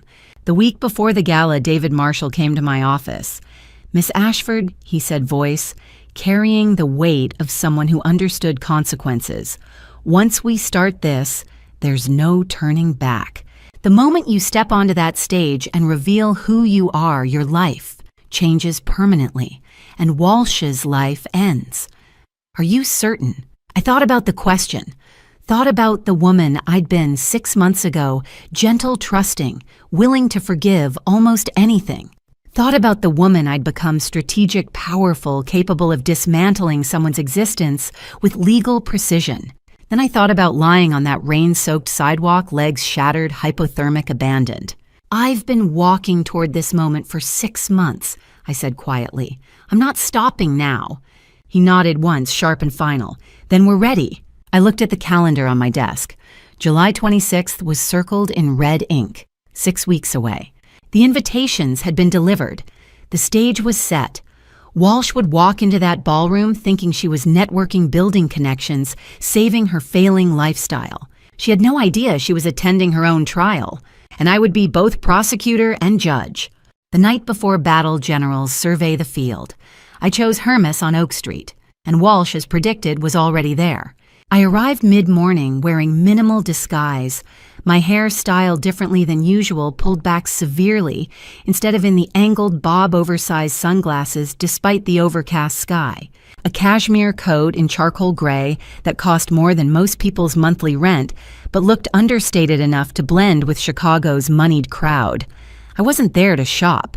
I was there to confirm that Walsh would crumble under pressure exactly the way I'd planned. The moment I stepped through the door, I heard her voice sharp, entitled "Cutting Through the Store's Hushed Elegance Like Nails on Glass." "Are you incompetent?" I specifically said the Kelly in a taupey gray, not gold.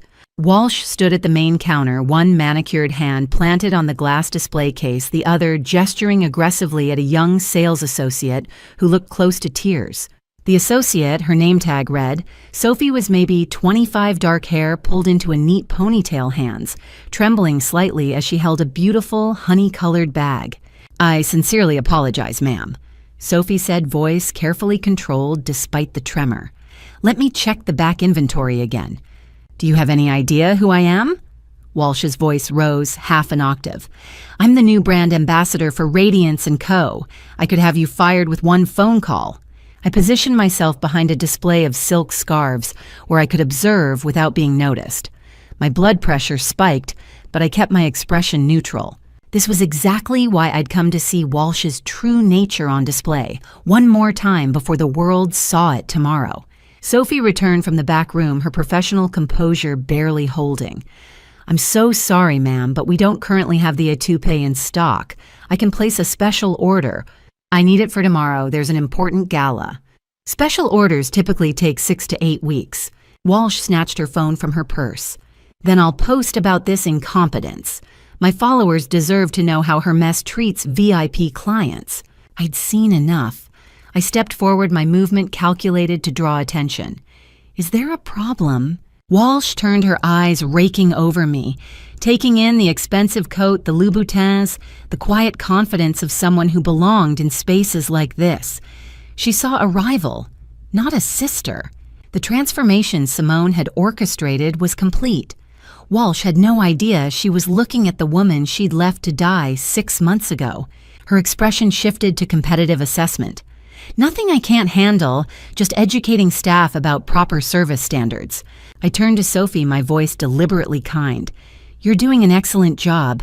Some people mistake cruelty for class." Walsh's face flushed red. "Excuse me. I believe I was clear." I returned my attention to the scarf display, dismissing her. For a moment, I thought Walsh might actually escalate. Her jaw tightened. Her hands clenched. But then she pivoted sharply back to the counter and grabbed a black Birkin that had been sitting on display. "Fine, I'll take this. Right now." Sophie's eyes widened.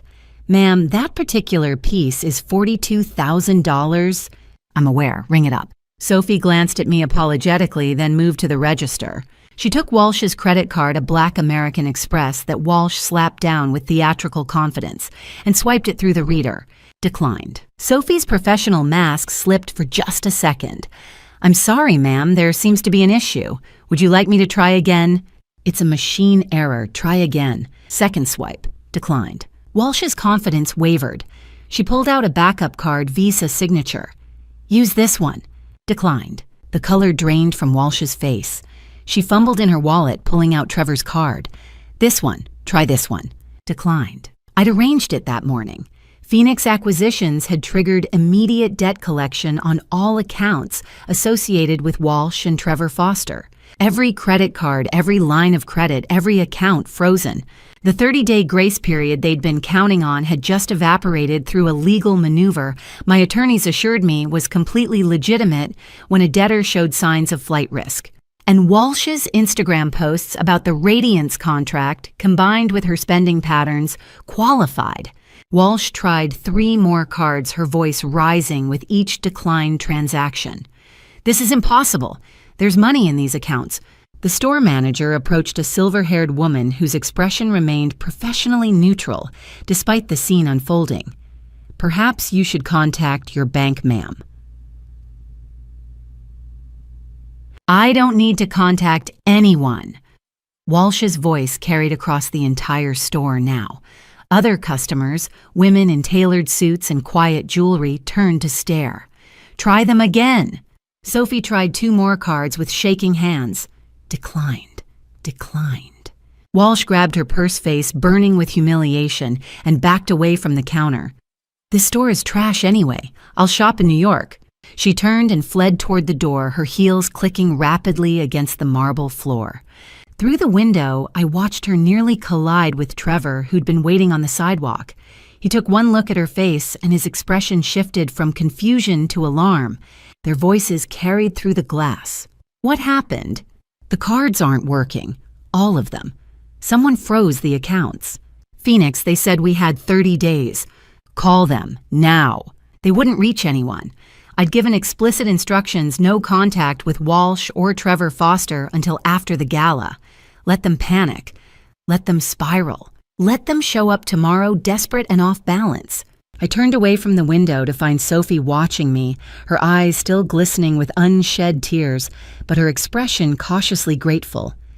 Thank you for what you said. You didn't have to do that. What's your name? I asked. Sophie Martinez. I pulled a business card from my purse, thick cream stock gold embossing my full name and title. Call me next week. I have a position opening. Sophie took the card, then froze as she read it. Her eyes went wide. Elena Foster Ashford. You're the chairwoman of Ashford Enterprises. Yes. I let that sink in for a moment, then added quietly, and she was my sister. Remember what you saw today. Tomorrow the world will see it too. Sophie's hand closed around the card. I'll remember. I walked out of Hermes and back to the Blacktown car David Marshall had assigned to me, complete with a driver who knew not to ask questions. As we pulled away from the curb, I didn't feel satisfaction exactly, just a cold certainty settling into my bones. Tomorrow night, the world would see what I'd seen today.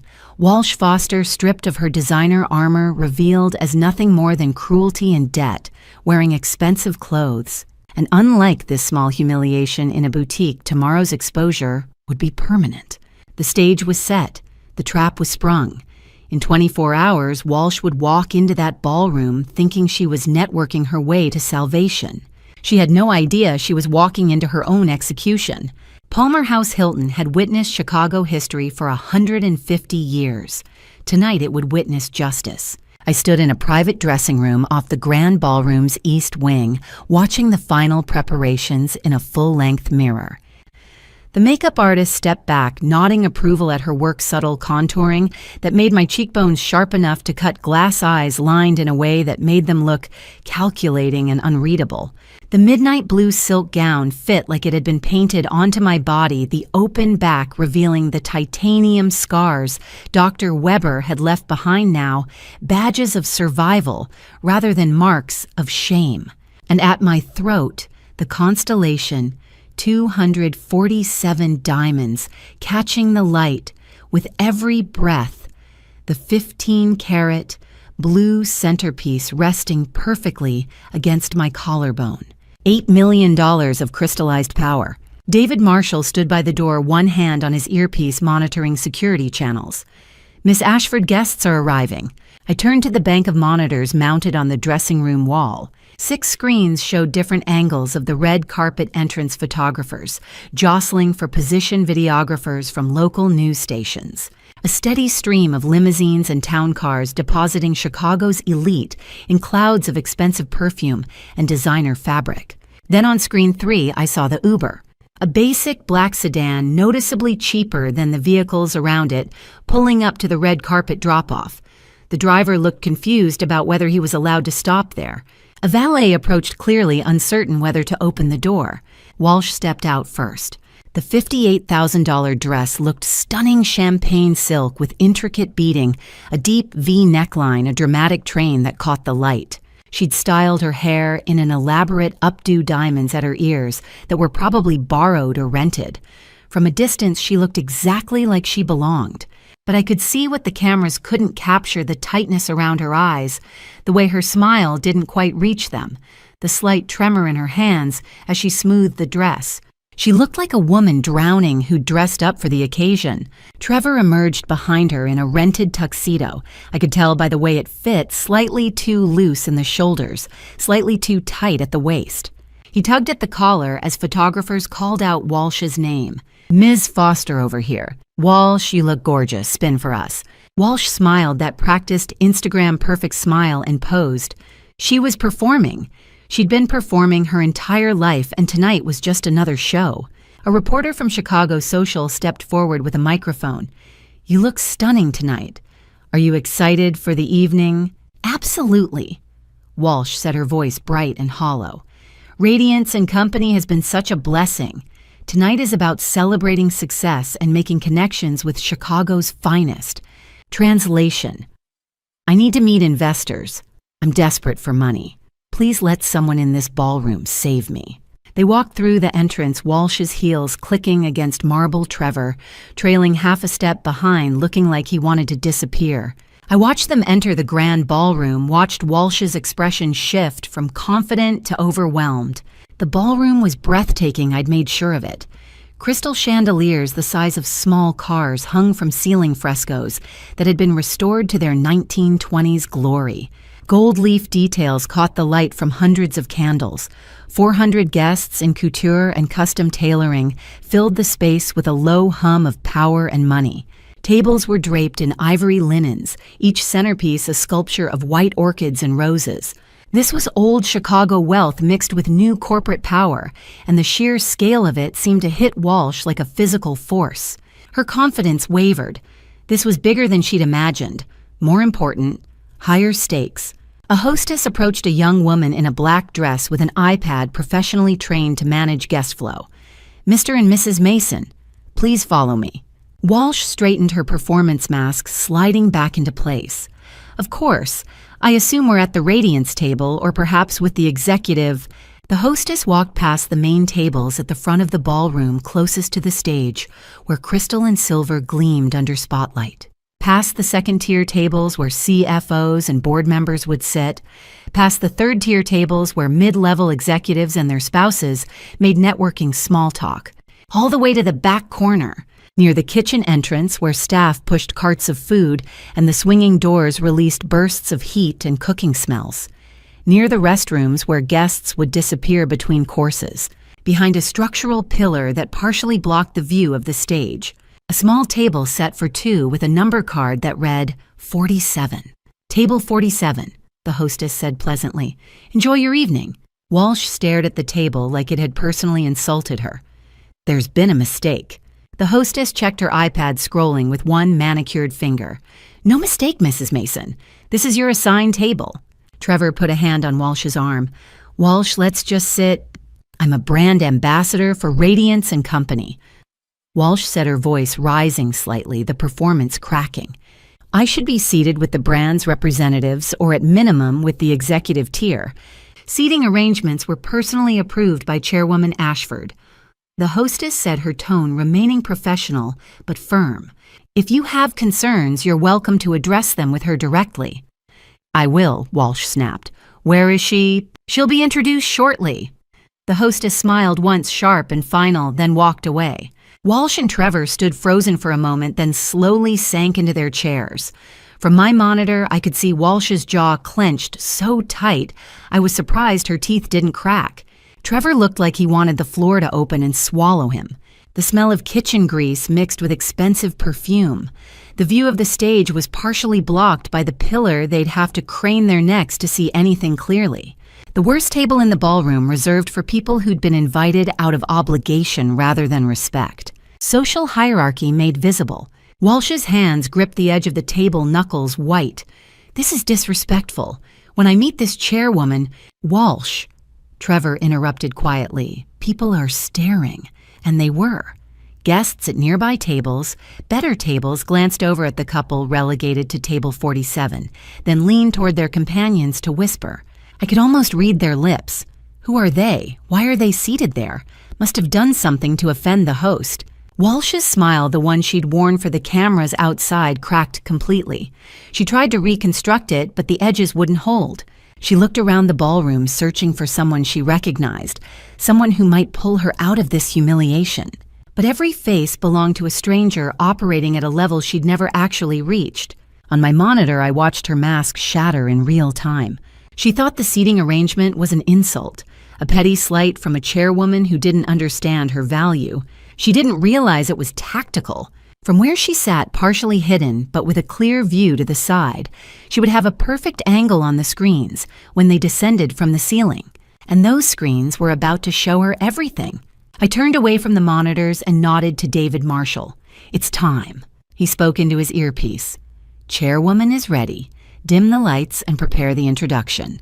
I walked toward the ballroom entrance, the constellation heavy and cold against my throat, my reconstructed legs steady in 4-inch heels, my heartbeat slow and controlled. Walsh had arrived expecting salvation. She was about to receive judgment. Before we continue, I need to know, are you still with me on this journey? Drop a comment below if you're watching this far. Here's my question for you. If you discovered your own family member had not only stolen from you, but hidden a terrible secret for over a decade, would you expose them publicly or handle it privately? What would you do in Elena's position? The next part of this story contains the most shocking revelation, yet something that changes everything Elena thought she knew about her family. But remember, this is a fictional dramatization created for entertainment purposes. Any resemblance to real persons or events is purely coincidental. Drop your thoughts below, hit that like button if this story has you hooked, and let's see what Elena discovers next. At exactly 8 o'clock, the lights dimmed. The guests fell silent. The program was beginning. But this wasn't the program Walsh expected. The massive screen above the stage flickered to life, displaying the Ashford Enterprises logo in elegant gold script. A gentle voiceover began, warm, compassionate, the kind of voice used for documentaries about hope and healing. Tonight, we celebrate compassion, integrity, and the values that build lasting legacies.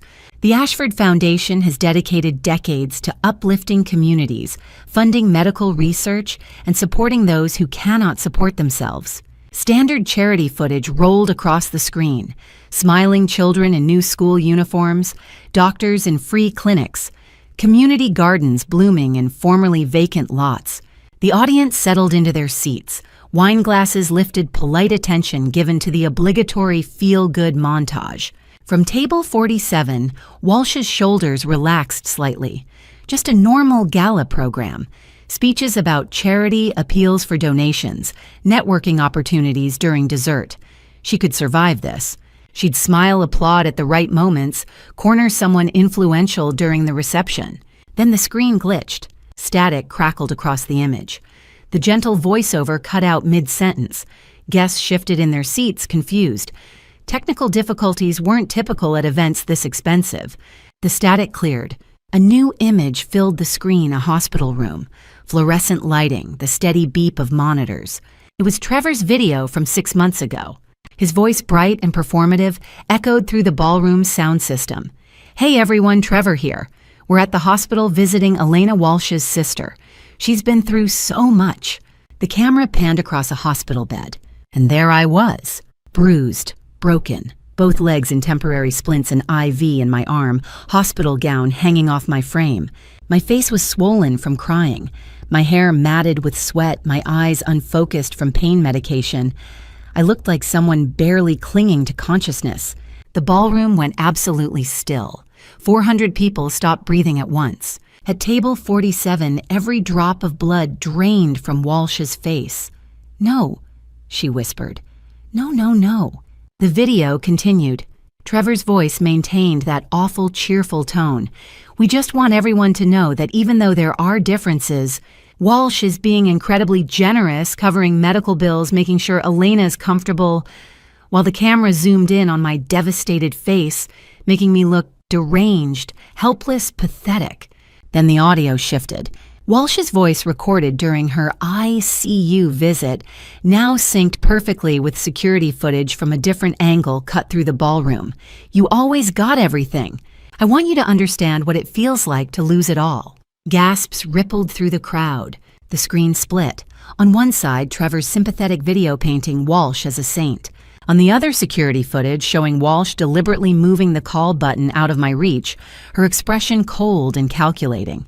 New audio played Walsh, speaking to nurse Linda. Her voice clipped and dismissive. "Standard casting is fine. We can't afford expensive surgeries." The nurse's response, "But the doctor recommends reconstructive." Walsh cutting her off, "I'm her medical proxy. Standard casting. Final decision."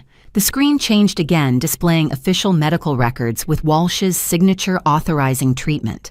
The document showed 2 treatment paths side-by-side: reconstructive surgery, with titanium rods offering 85% chance of full recovery at $52,000, versus standard casting with less than 15% chance of normal mobility at $12,000. Walsh had chosen the cheaper option and pocketed the $40,000 difference, while sentencing her sister to permanent disability. The numbers hung on the screen like an accusation. Then my voice, pre-recorded, carefully controlled, filled the ballroom. This is the face of betrayal, not from a stranger, from a sister who chose cruelty over care, who saw her sibling helpless and decided that was an opportunity, not a tragedy. The final image filled the screen, me, lying on a rain-soaked sidewalk hospital gown plastered to my body legs, twisted at wrong angles, eyes half closed from hypothermia. The timestamp was clear in the corner, January 26th, 2025, 2:47 p.m. The screen went black. Silence crashed over the ballroom like a physical force.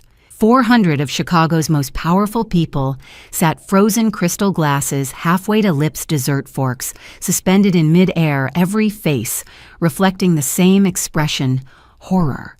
Then the whispers exploded. That was Walsh Foster. She did that to her own sister.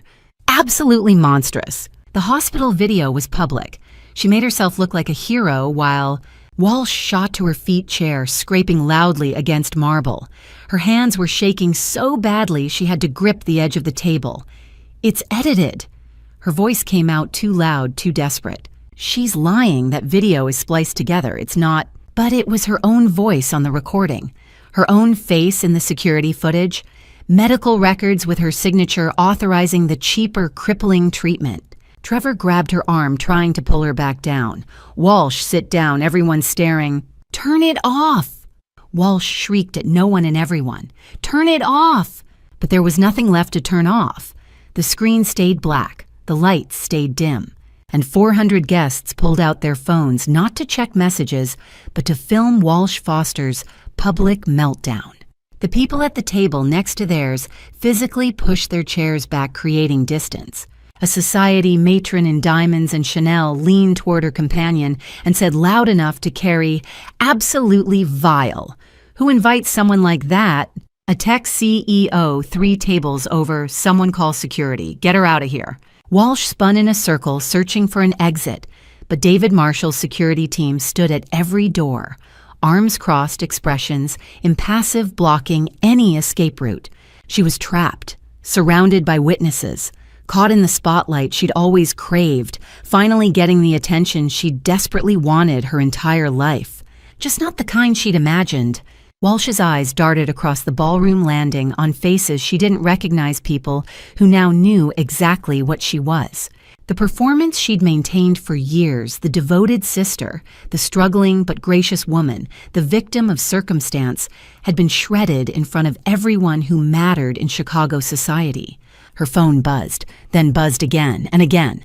Text messages flooding in from people who'd seen the video, from contacts who were already severing ties from brands, and companies whose PR teams were frantically Googling Walsh Foster scandal. Trevor's phone lit up too. He glanced at the screen and his face went gray. "Walsh," he said quietly. "Radiance just sent an email. They're invoking the morality clause. $15 million due in 30 days for a woman who couldn't afford an Uber home." Walsh looked at the screen where her cruelty had just been displayed, then at the crowd of powerful people who were now filming her disgrace, then at Trevor, whose face showed something that might have been pity or might have been contempt. "This isn't," she started, but her voice cracked.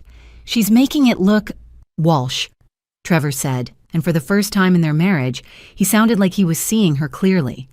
"It's your voice, your decisions. There's no edit that changes what you did. The whispers grew louder, phones stayed up, security stayed positioned at the exits.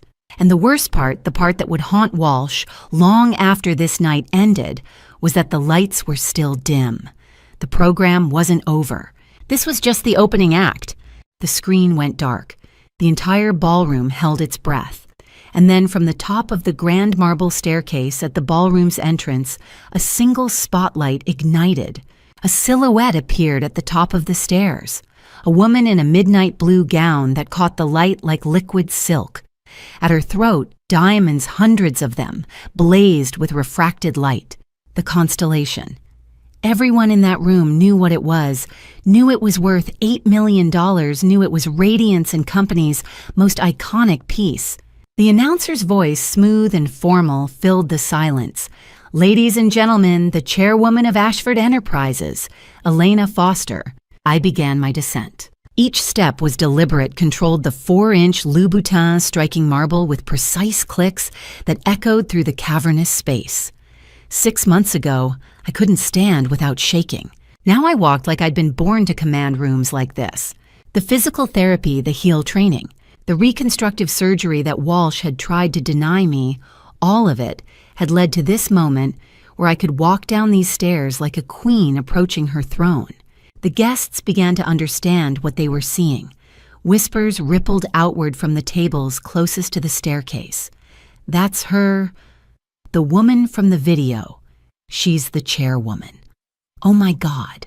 I let my gaze sweep across the ballroom as I descended past the front tables, where board members and executives watched with expressions ranging from shock to admiration. Past the middle tables where society figures leaned toward each other in frantic whispered speculation, all the way to the back corner where table 47 sat partially hidden behind a pillar. My eyes locked onto Walsh. The recognition hit her like a physical blow.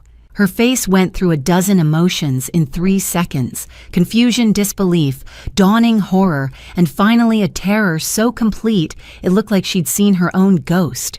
Her mouth opened, but no sound came out, just her lips forming the shape of my name, Elena, Elena. She tried to stand, her legs perfectly functional legs that had carried her through life while she'd tried to cripple mine gave out beneath her. She collapsed back into her chair, hands gripping the table edge to keep from sliding to the floor.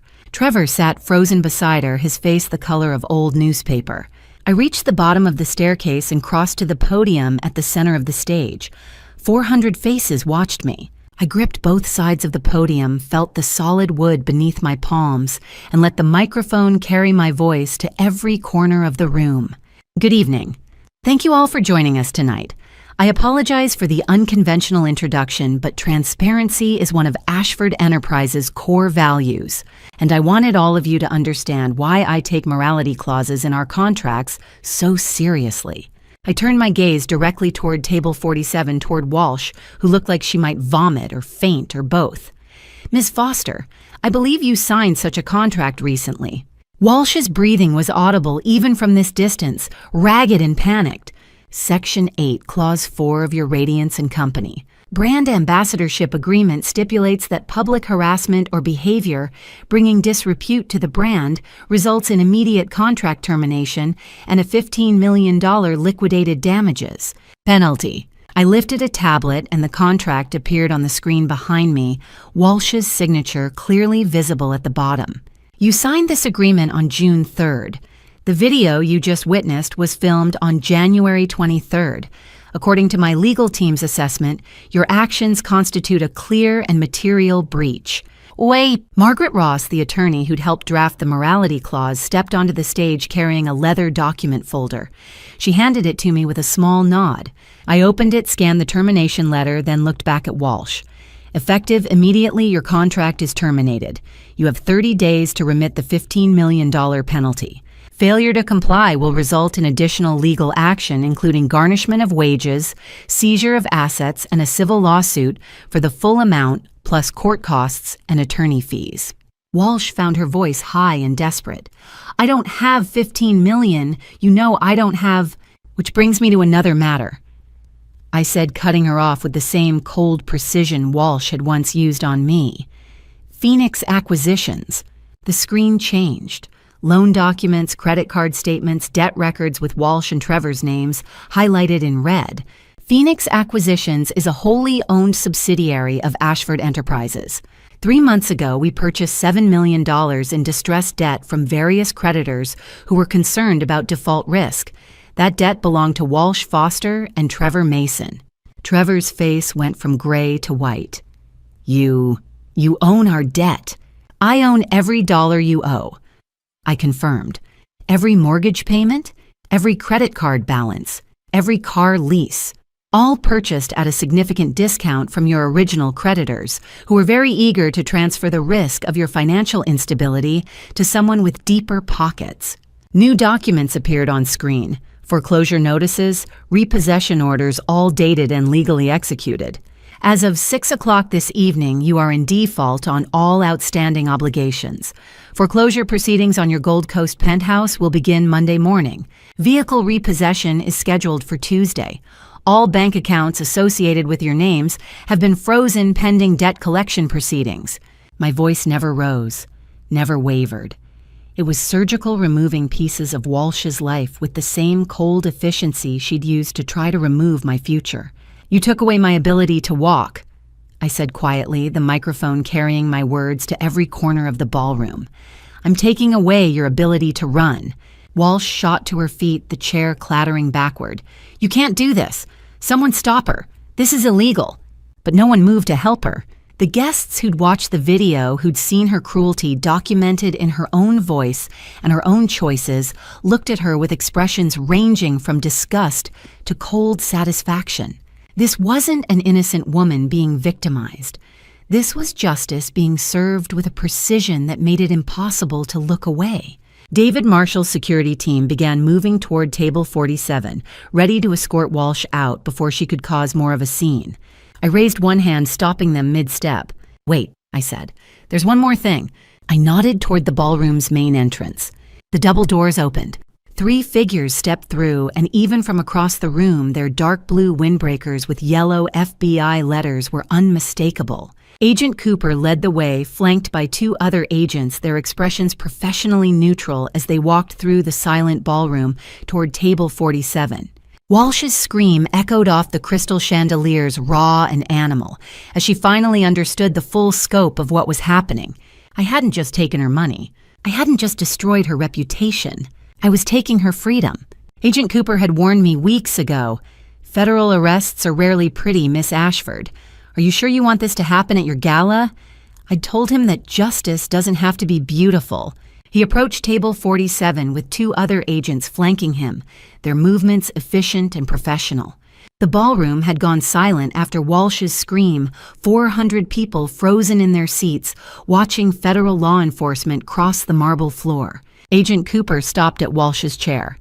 Walsh Foster, you're under arrest for identity theft, wire fraud, and medical abuse under federal statute. He pulled handcuffs from his belt. Walsh stumbled backward, her chair tipping over behind her. This is insane, Elena, tell them. I stepped closer to the podium, my voice carrying through the microphone. I told them everything. I gave them all the evidence. Agent Cooper continued, his tone clinical. You forged your sister's signature to attempt access to inheritance funds, filed fraudulent insurance claims in her name, and committed interstate medical proxy abuse when you tried to access Swiss bank accounts registered to Elena Foster Ashford using falsified power of attorney documents. That's not, she's lying. The agent pulled a folder from his jacket and opened it, displaying documents. We have evidence of the wire transfer attempts, your IP address, your signatures on the fraudulent documents, all authenticated by our forensic accounting team. Trevor stood up so fast his chair fell backward. Walsh, what did you do? Walsh whirled on him, desperation giving way to rage. You filmed that video. You took the money from the GoFundMe. Trevor's face went from shocked to defensive in half a second. You said it was our money. You said Elena had signed everything over, that we were just collecting what was ours. You pathetic. Walsh lunged toward him. You were always pathetic. This is your fault for being too weak to... Trevor Mason. Agent Cooper interrupted, nodding to the second agent. You're also under arrest for conspiracy to commit fraud and accessory to medical abuse. The second agent moved to cuff Trevor. No, wait. Trevor's voice cracked. She made me do it. She said if I didn't help, she'd divorce me and I'd get nothing. I didn't want to hurt Elena. I swear Walsh kept saying it would be fine, that Elena wouldn't even notice, that we'd pay it back. Liar, Walsh screamed. You wanted the money as much as I did. You convinced me to take out those loans. You said we deserved to live like successful people even if we had to fake it. They were screaming in each other's faces now, the performance of their marriage disintegrating in real time. Trevor shaking. I convinced you. You told me your sister was weak and pathetic and didn't deserve Charles's inheritance. You said she'd always gotten everything handed to her, and it was time someone took it away. Because she didn't deserve it. Walsh's voice rose to a shriek. Everything was always about her. She lunged at Trevor, fingers clawed, and it took both agents to pull them apart. They thrashed against the restraints, still screaming accusations and denials at each other, while 400 of Chicago's elite watched the complete destruction of two people who'd built their entire lives on lies. The agents got control cuffing both of them and began escorting them toward the exit. Walsh fought every step, twisting to look back at the ballroom, at me standing on that stage in my $8 million necklace and my midnight blue gown. Elena. Her voice was raw, desperate. I'm your sister. You can't do this to me. We're family. I stepped forward, away from the podium, the microphone still live, so my voice carried to every corner of the room. You stopped being my sister the day you chose cruelty, I said quietly. You stopped being family when you left me in the rain to die. I paused, let that settle, then continued even more softly, but the acoustics were perfect, and everyone heard, and you stopped being human the day you pushed our mother down those stairs. Walsh went absolutely still. The entire ballroom gasped, a collective intake of breath that sounded like wind through trees. You know. Walsh whispered, her voice barely audible but picked up by the microphones the FBI wore for documentation. I found Dad's letter, I said. I know you killed her. I know you've been drowning in guilt for 12 years. And I know you chose to blame me instead of facing yourself. Walsh's legs gave out. The agents had to hold her up as her face crumpled. It was an accident. I didn't mean. She kept saying you were better, kinder. That I needed to learn from you. She wouldn't stop comparing us, and I pushed her and she fell, and I didn't. I never meant. I would have forgiven you for that. I said, and I meant it. My voice stayed steady even though my chest felt like it was cracking open. You were 15 years old and scared, but I will never forgive you for what you did to me, the sister who would have shown you mercy for that terrible mistake. Instead, you tried to destroy me to make yourself feel better about what you'd done. Walsh was sobbing now, full-body sobs that shook her entire frame. Agent Cooper's voice was firm. We need to go, now.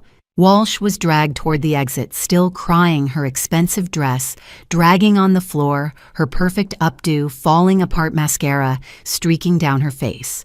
Trevor followed silently, cuffed his head down, looking like he wanted to disappear into the marble.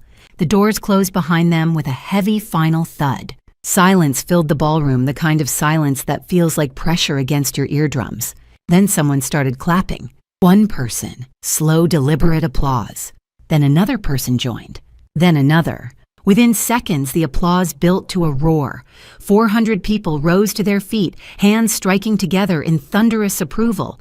Not polite charity gala clapping. Real applause. The kind reserved for moments that transcend social niceties and touch something primal about justice and survival. I stood at the podium, tears streaming down my face. They weren't happy tears.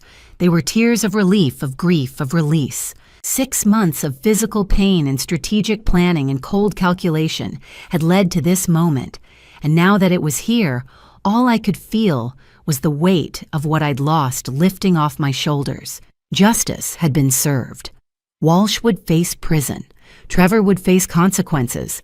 The debt would never be repaid, the inheritance would remain protected, and the world would know exactly what my sister had done. But as the applause echoed through the Palmer house, bouncing off crystal chandeliers and gold leaf ceiling, I realized I wasn't crying for Walsh, as she was now the broken, desperate woman who'd just been arrested in front of Chicago's elite. I was crying for the sister I'd lost 12 years ago, the one who died the same day our mother had, the girl who'd pushed in anger and fear and then spent the rest of her life trying to bury the guilt by burying me. That Walsh had been gone long before tonight. I was just finally officially saying goodbye. The newspapers called it the gala that shook Chicago. Social media dissected every moment for weeks. But I stopped reading the coverage after the first few days. I had a company to run. My office occupied the northwest corner of Willis Tower's 68th floor glass walls, offering a panoramic view of Chicago stretching toward Lake Michigan. Early spring sunlight filtered through the windows, turning the city below into a patchwork of gold and shadow. 18 months had passed since the gala, and life had moved forward with the kind of momentum that doesn't wait for you to catch your breath. A typical day now meant back-to-back board meetings, strategic planning sessions, quarterly reviews with department heads, and the 1,000 small decisions required to lead a $2.4 billion enterprise. Charles had been right. I had the skills. I just needed the confidence and the circumstances that forced me to discover them. My desk phone buzzed. Patricia Chen's voice came through. "Miss Ashford, the quarterly reports are ready for your review. Send them in." I spent the next hour analyzing numbers that told a story I was still adjusting to. Ashford Enterprises was thriving under my leadership. Revenue was up 12% from the previous quarter. We'd launched 3 new sustainability initiatives that were already improving both our environmental impact and our public perception. Employee satisfaction scores had reached their highest point in a decade. I wasn't just maintaining Charles's legacy, I was expanding it in directions that felt authentic to who I was becoming. A knock interrupted my concentration. Callahan entered carrying a leather folder, his expression unreadable in that way that meant he was about to deliver information I'd asked for, but might not want to hear. "I thought you'd want the legal updates," he said, setting the folder on my desk. I opened it. Inside were the final court documents sentencing Records prison assignments. Walsh Foster convicted on federal charges of wire fraud, identity theft, and conspiracy to commit healthcare fraud. Sentenced to 8 years at FC on Dublin, the Federal Women's Correctional Institution in California. Eligible for parole after 5 years with good behavior. Upon release, she would be banned from returning to Illinois for 15 years. The $15 million judgment from the Radiance contract termination remained in force. She would never be able to pay it. Bankruptcy protection didn't cover punitive damages for intentional harm. Trevor Mason, convicted of conspiracy to commit wire fraud and conspiracy to commit healthcare fraud, sentenced to 5 years at FCY Sandstone in Minnesota. He'd filed for divorce from Walsh within 2 weeks of his arrest. It had been granted immediately with no contest from either party. He'd also declared bankruptcy. According to the prison records Callahan had somehow obtained, Trevor was assigned to kitchen duty, earning 12 cents per hour washing dishes. I read through the documents twice, then set them down and stared at the city below. I'd expected to feel satisfaction, vindication. The sweet taste of justice served cold and precise. Instead, I felt tired and empty in a way I hadn't anticipated. "How do you feel?" Callahan asked quietly. "Like I won a battle but lost." I paused, searching for words. "I don't know. A piece of my soul, maybe. Does that sound dramatic?" "That sounds like grief," he said. "You have every right to grieve the sister you wish you'd had, even while holding the one you actually had accountable." I nodded, unable to speak for a moment. He was right. I wasn't mourning Walsh as she was. I was mourning the sister she could have been if she'd made different choices 12 years ago. The charity initiatives, I said, needing to change the subject before the emotion overwhelmed me. "How's the domestic violence shelter funding coming along?" Callahan's expression softened. "You've donated $2 million so far. We're opening 3 new shelters in the Chicago area, one in Logan Square, one on the South Side, one in Aurora. They'll provide housing, legal assistance, job training, and childcare for women escaping abusive situations." He smiled slightly. "You're changing lives, Elena. Real, tangible lives." Charles would approve. I glanced at the 3 photographs I kept on my desk. Charles Ashford, elderly, but with those kind eyes that had seen me when no one else had. Sarah, his daughter, frozen at 31 in a photo taken months before the drunk driver killed her. And a new addition, my mother, Margaret Foster, young and smiling in a picture from before Walsh was born. 3 people who'd believed I was worth something when I couldn't see it myself. My assistant's voice came through the intercom. Miss Ashford Sophie Martinez is here for her appointment. Send her in. Sophie entered tentatively dressed professionally in a navy suit that probably represented a significant investment for someone who'd been working retail 3 months ago. I'd hired her as a junior brand coordinator for Radiance & Co. After the gala, impressed by the way she'd maintained her composure and kindness under Walsh's cruelty. Miss Ashford, she said, stopping a few feet from my desk. I wanted to thank you again. This opportunity. I know I already thanked you when you hired me, but I'm learning so much and everyone's been so welcoming and Sophie, I interrupted gently. You earned this position yourself. I didn't give it to you out of pity. I gave it to you because kindness under pressure is rare, and that's exactly the kind of person I want representing our brands. I smiled. Don't lose that quality. Corporate environments can make people hard. Stay soft where it matters. She nodded, eyes bright, then left with a quiet thank you that lingered in the air after the door closed. Alone again, I turned to the windows. The city below moved with its own rhythm cars streaming along Lakeshore Drive, construction cranes pivoting against the skyline, the lake reflecting spring sun like hammered pewter. Chicago was alive and different to my personal drama, continuing its ancient dance of commerce and ambition and survival. And I was part of it now. Not hiding in archives or surviving in hospital beds or planning revenge from a private estate. Living, building, moving forward. The victory I'd achieved didn't feel like I'd imagined it would. There were no fireworks, no moment of pure triumph where everything felt complete and satisfying. Instead, it was quiet. It was waking up each morning without the fear that had shadowed me for 6 months. It was making decisions that affected thousands of employees and knowing I was capable of making them well. It was turning the trauma Walsh had inflicted into something productive shelters for women who needed safety jobs for people like Sophie, who deserved chances. It was building something good from the ashes of what had burned. I picked up the quarterly reports again, ready to dive into the afternoon's work. Outside, Chicago hummed and glittered and moved relentlessly forward, and so did I. 1 year. That's how long it takes to die and be reborn. I learned this on a January morning at Graceland Cemetery, where endings and beginnings sleep side by side. The day was cold but clear winter sun, turning Chicago's frozen landscape into something austere and beautiful. I drove myself to the cemetery, declining David Marshall's offer to accompany me. No, I'd said. This is something I need to do alone. I wore a simple black coat, no designer armor today, just wool and grief, and the steady click of boots on frozen ground as I walked through the cemetery gates. My gait was perfect now, confident the 4-inch heels I'd trained myself to walk in, replaced by practical flats that didn't slip on ice. I could have worn the heels. I chose not to. That felt like progress, too. The first stop was Charles Ashford's grave. His headstone was elegant granite, understated the way he would have wanted Charles Ashford 1946 to 2025. Builder of legacies. Believer in people. I knelt, wincing slightly as cold seeped through my coat, and placed white roses at the base, his favorite flower, something I'd learned from reading his personal journals after his death. It's been a year, I said quietly. I hope I've made you proud.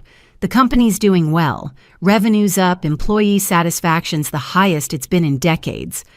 We launched that sustainability initiative you'd been planning. I paused, then smiled. I've been thinking, maybe we should start a scholarship fund for archivists, in your name and Sarah's. History deserves to be preserved. Wind rustled through bare branches overhead. I took that as approval.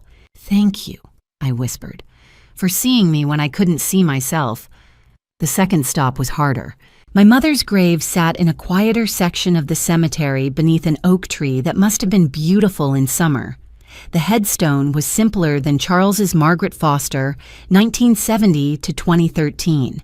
Beloved mother. I sat down on the frozen ground, not caring about the expensive coat, and let the cold anchor me. "Hi, Mom. I'm sorry I haven't visited in so long. Life's been complicated." I took a breath that misted in the January air. "Walsh is in prison. 8 years. I know that would break your heart. But I think you'd understand too. She needed to face consequences. For me, and maybe for herself." I hesitated, then continued. "I found out what happened on those stairs, Dad's letter. Walsh told me you said I was kinder than her. That must have hurt her so much. But Mom, that doesn't excuse what she did. Not to you, not to me." Tears came freezing on my cheeks. "I miss you. I miss the sister Walsh used to be before guilt and jealousy poisoned her. I keep wondering if I'd known about the fight about her guilt. Could I have helped her? Could I have saved both of us?" The wind offered no answer, just the rustle of dead leaves and the distant sound of traffic. I realized then that I'd been asking the wrong question. The past couldn't be changed. Only the future could be chosen. I stood brushed frost from my coat and reached into my pocket. Pulled out something small and cold, Walsh's wedding ring. I'd found it in the evidence box after her arrest, a thin gold band she'd removed before being processed into federal custody. I'd planned to throw it in the Chicago River, a dramatic gesture closure through destruction. But now, standing in front of my mother's grave, I understood that would be giving Walsh power she no longer deserved. "I'm leaving this here," I said, placing the ring at the base of the headstone. "With you. Maybe someday Walsh will visit. Maybe she'll find it. Maybe she'll remember the person you wanted her to be." I stepped back. Or maybe not. Either way, I'm done carrying her weight. I walked back to the car where David waited, engine running, to keep the heat on. He looked up as I approached. "Where to Miss Ashford?" I paused, glancing back at the cemetery one last time. 3 graves lay somewhere in that frozen landscape. Charles, my mother, my father, who died 8 years ago, carrying the weight of Walsh's secret. All the ghosts laid to rest. Then I looked forward. Chicago's skyline rose in the distance, glass and steel catching winter sun. "Anywhere," I said softly, then stronger, "everywhere. I want to see the New York properties next week, then the Paris office. I'm thinking about expanding our sustainable luxury line into Europe." David smiled. "Yes, ma'am." The car rolled forward, tires crunching on gravel, then smooth on pavement as we left the cemetery behind. I watched the city approach through the window. 1 year ago, I'd been broken, betrayed, left to die on a rain-soaked sidewalk with shattered legs and no hope. Today, I was chairwoman of a thriving empire, healed, strong, with a future as unlimited as I chose to make it. The revenge was complete. But more importantly, a life had been rebuilt, not defined by what Walsh had done to me, but by what I'd chosen to become despite her. My phone buzzed. A text from Callahan. "Board approved your scholarship proposal, $10 million endowment for promising archivists. Charles and Sarah would be proud." I smiled and typed back, "We're just getting started." People ask me if I regret it. The gala, the exposure, the arrests.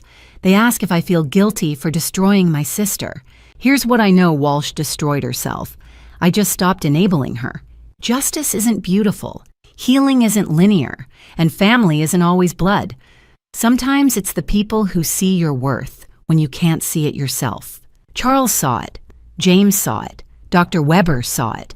Even Sophie, a sales clerk at Hermes, who'd endured Walsh's cruelty with grace, saw it.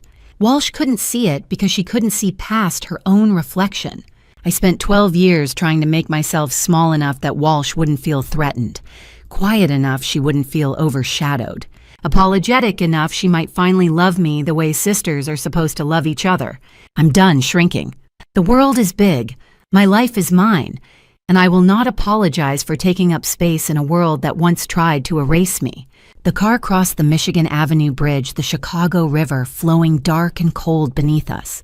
I looked down at the water where I could have thrown that ring, dramatic, cathartic, the kind of gesture movies are made of. But I hadn't, because freedom doesn't live in grand gestures. It lives in the quiet choice to let go without needing drama to validate the release. Freedom is simply moving forward. My name is Elena Foster. I'm 33 years old. I run a $2.4 billion empire. I survived betrayal, abandonment, and cruelty. and at last I am completely wholly free. And to you listening to this story, remember this: God gave me 3 chances the moment Charles believed in me when I had nothing. The doctors who saved my legs when Walsh tried to take my future, and the strength to choose justice over vengeance when hate could have consumed me. Through God's grace, I learned that survival isn't just about winning, it's about becoming someone worthy of the blessings you've been given. And with God as my witness, I tell you, family betrayal cuts deeper than any stranger's knife, but it doesn't have to define your destiny. Don't be like me. Don't wait until you're broken on a sidewalk to recognize the toxicity around you. Don't mistake blood for loyalty or cruelty for love. I spent 12 years shrinking myself to make Walsh comfortable, and it nearly killed me. Set boundaries early. Choose your mental health over false peace. Walk away from people who celebrate your failures and resent your success, even if they share your last name. Family revenge may feel justified, but it's a poison that burns through everything: trust, love, and the version of yourself you used to be. Family betrayal teaches you that DNA doesn't guarantee devotion. I learned both lessons the hard way. Here's my truth. You don't owe anyone access to your life just because they're related to you. You don't owe silence to people who tried to silence you. And you absolutely don't owe loyalty to those who showed you none. If this story resonated with you, please share it with someone who needs to hear it. Comment below with your thoughts. Have you experienced family betrayal or considered family revenge? Subscribe to this channel for more stories about survival, justice, and second chances. Thank you for staying with me until the end. A final note. The stories on this channel contain fictionalized elements created for educational purposes. If this content isn't for you, please exit now and find something better suited to your preferences. Take care of yourself first, always.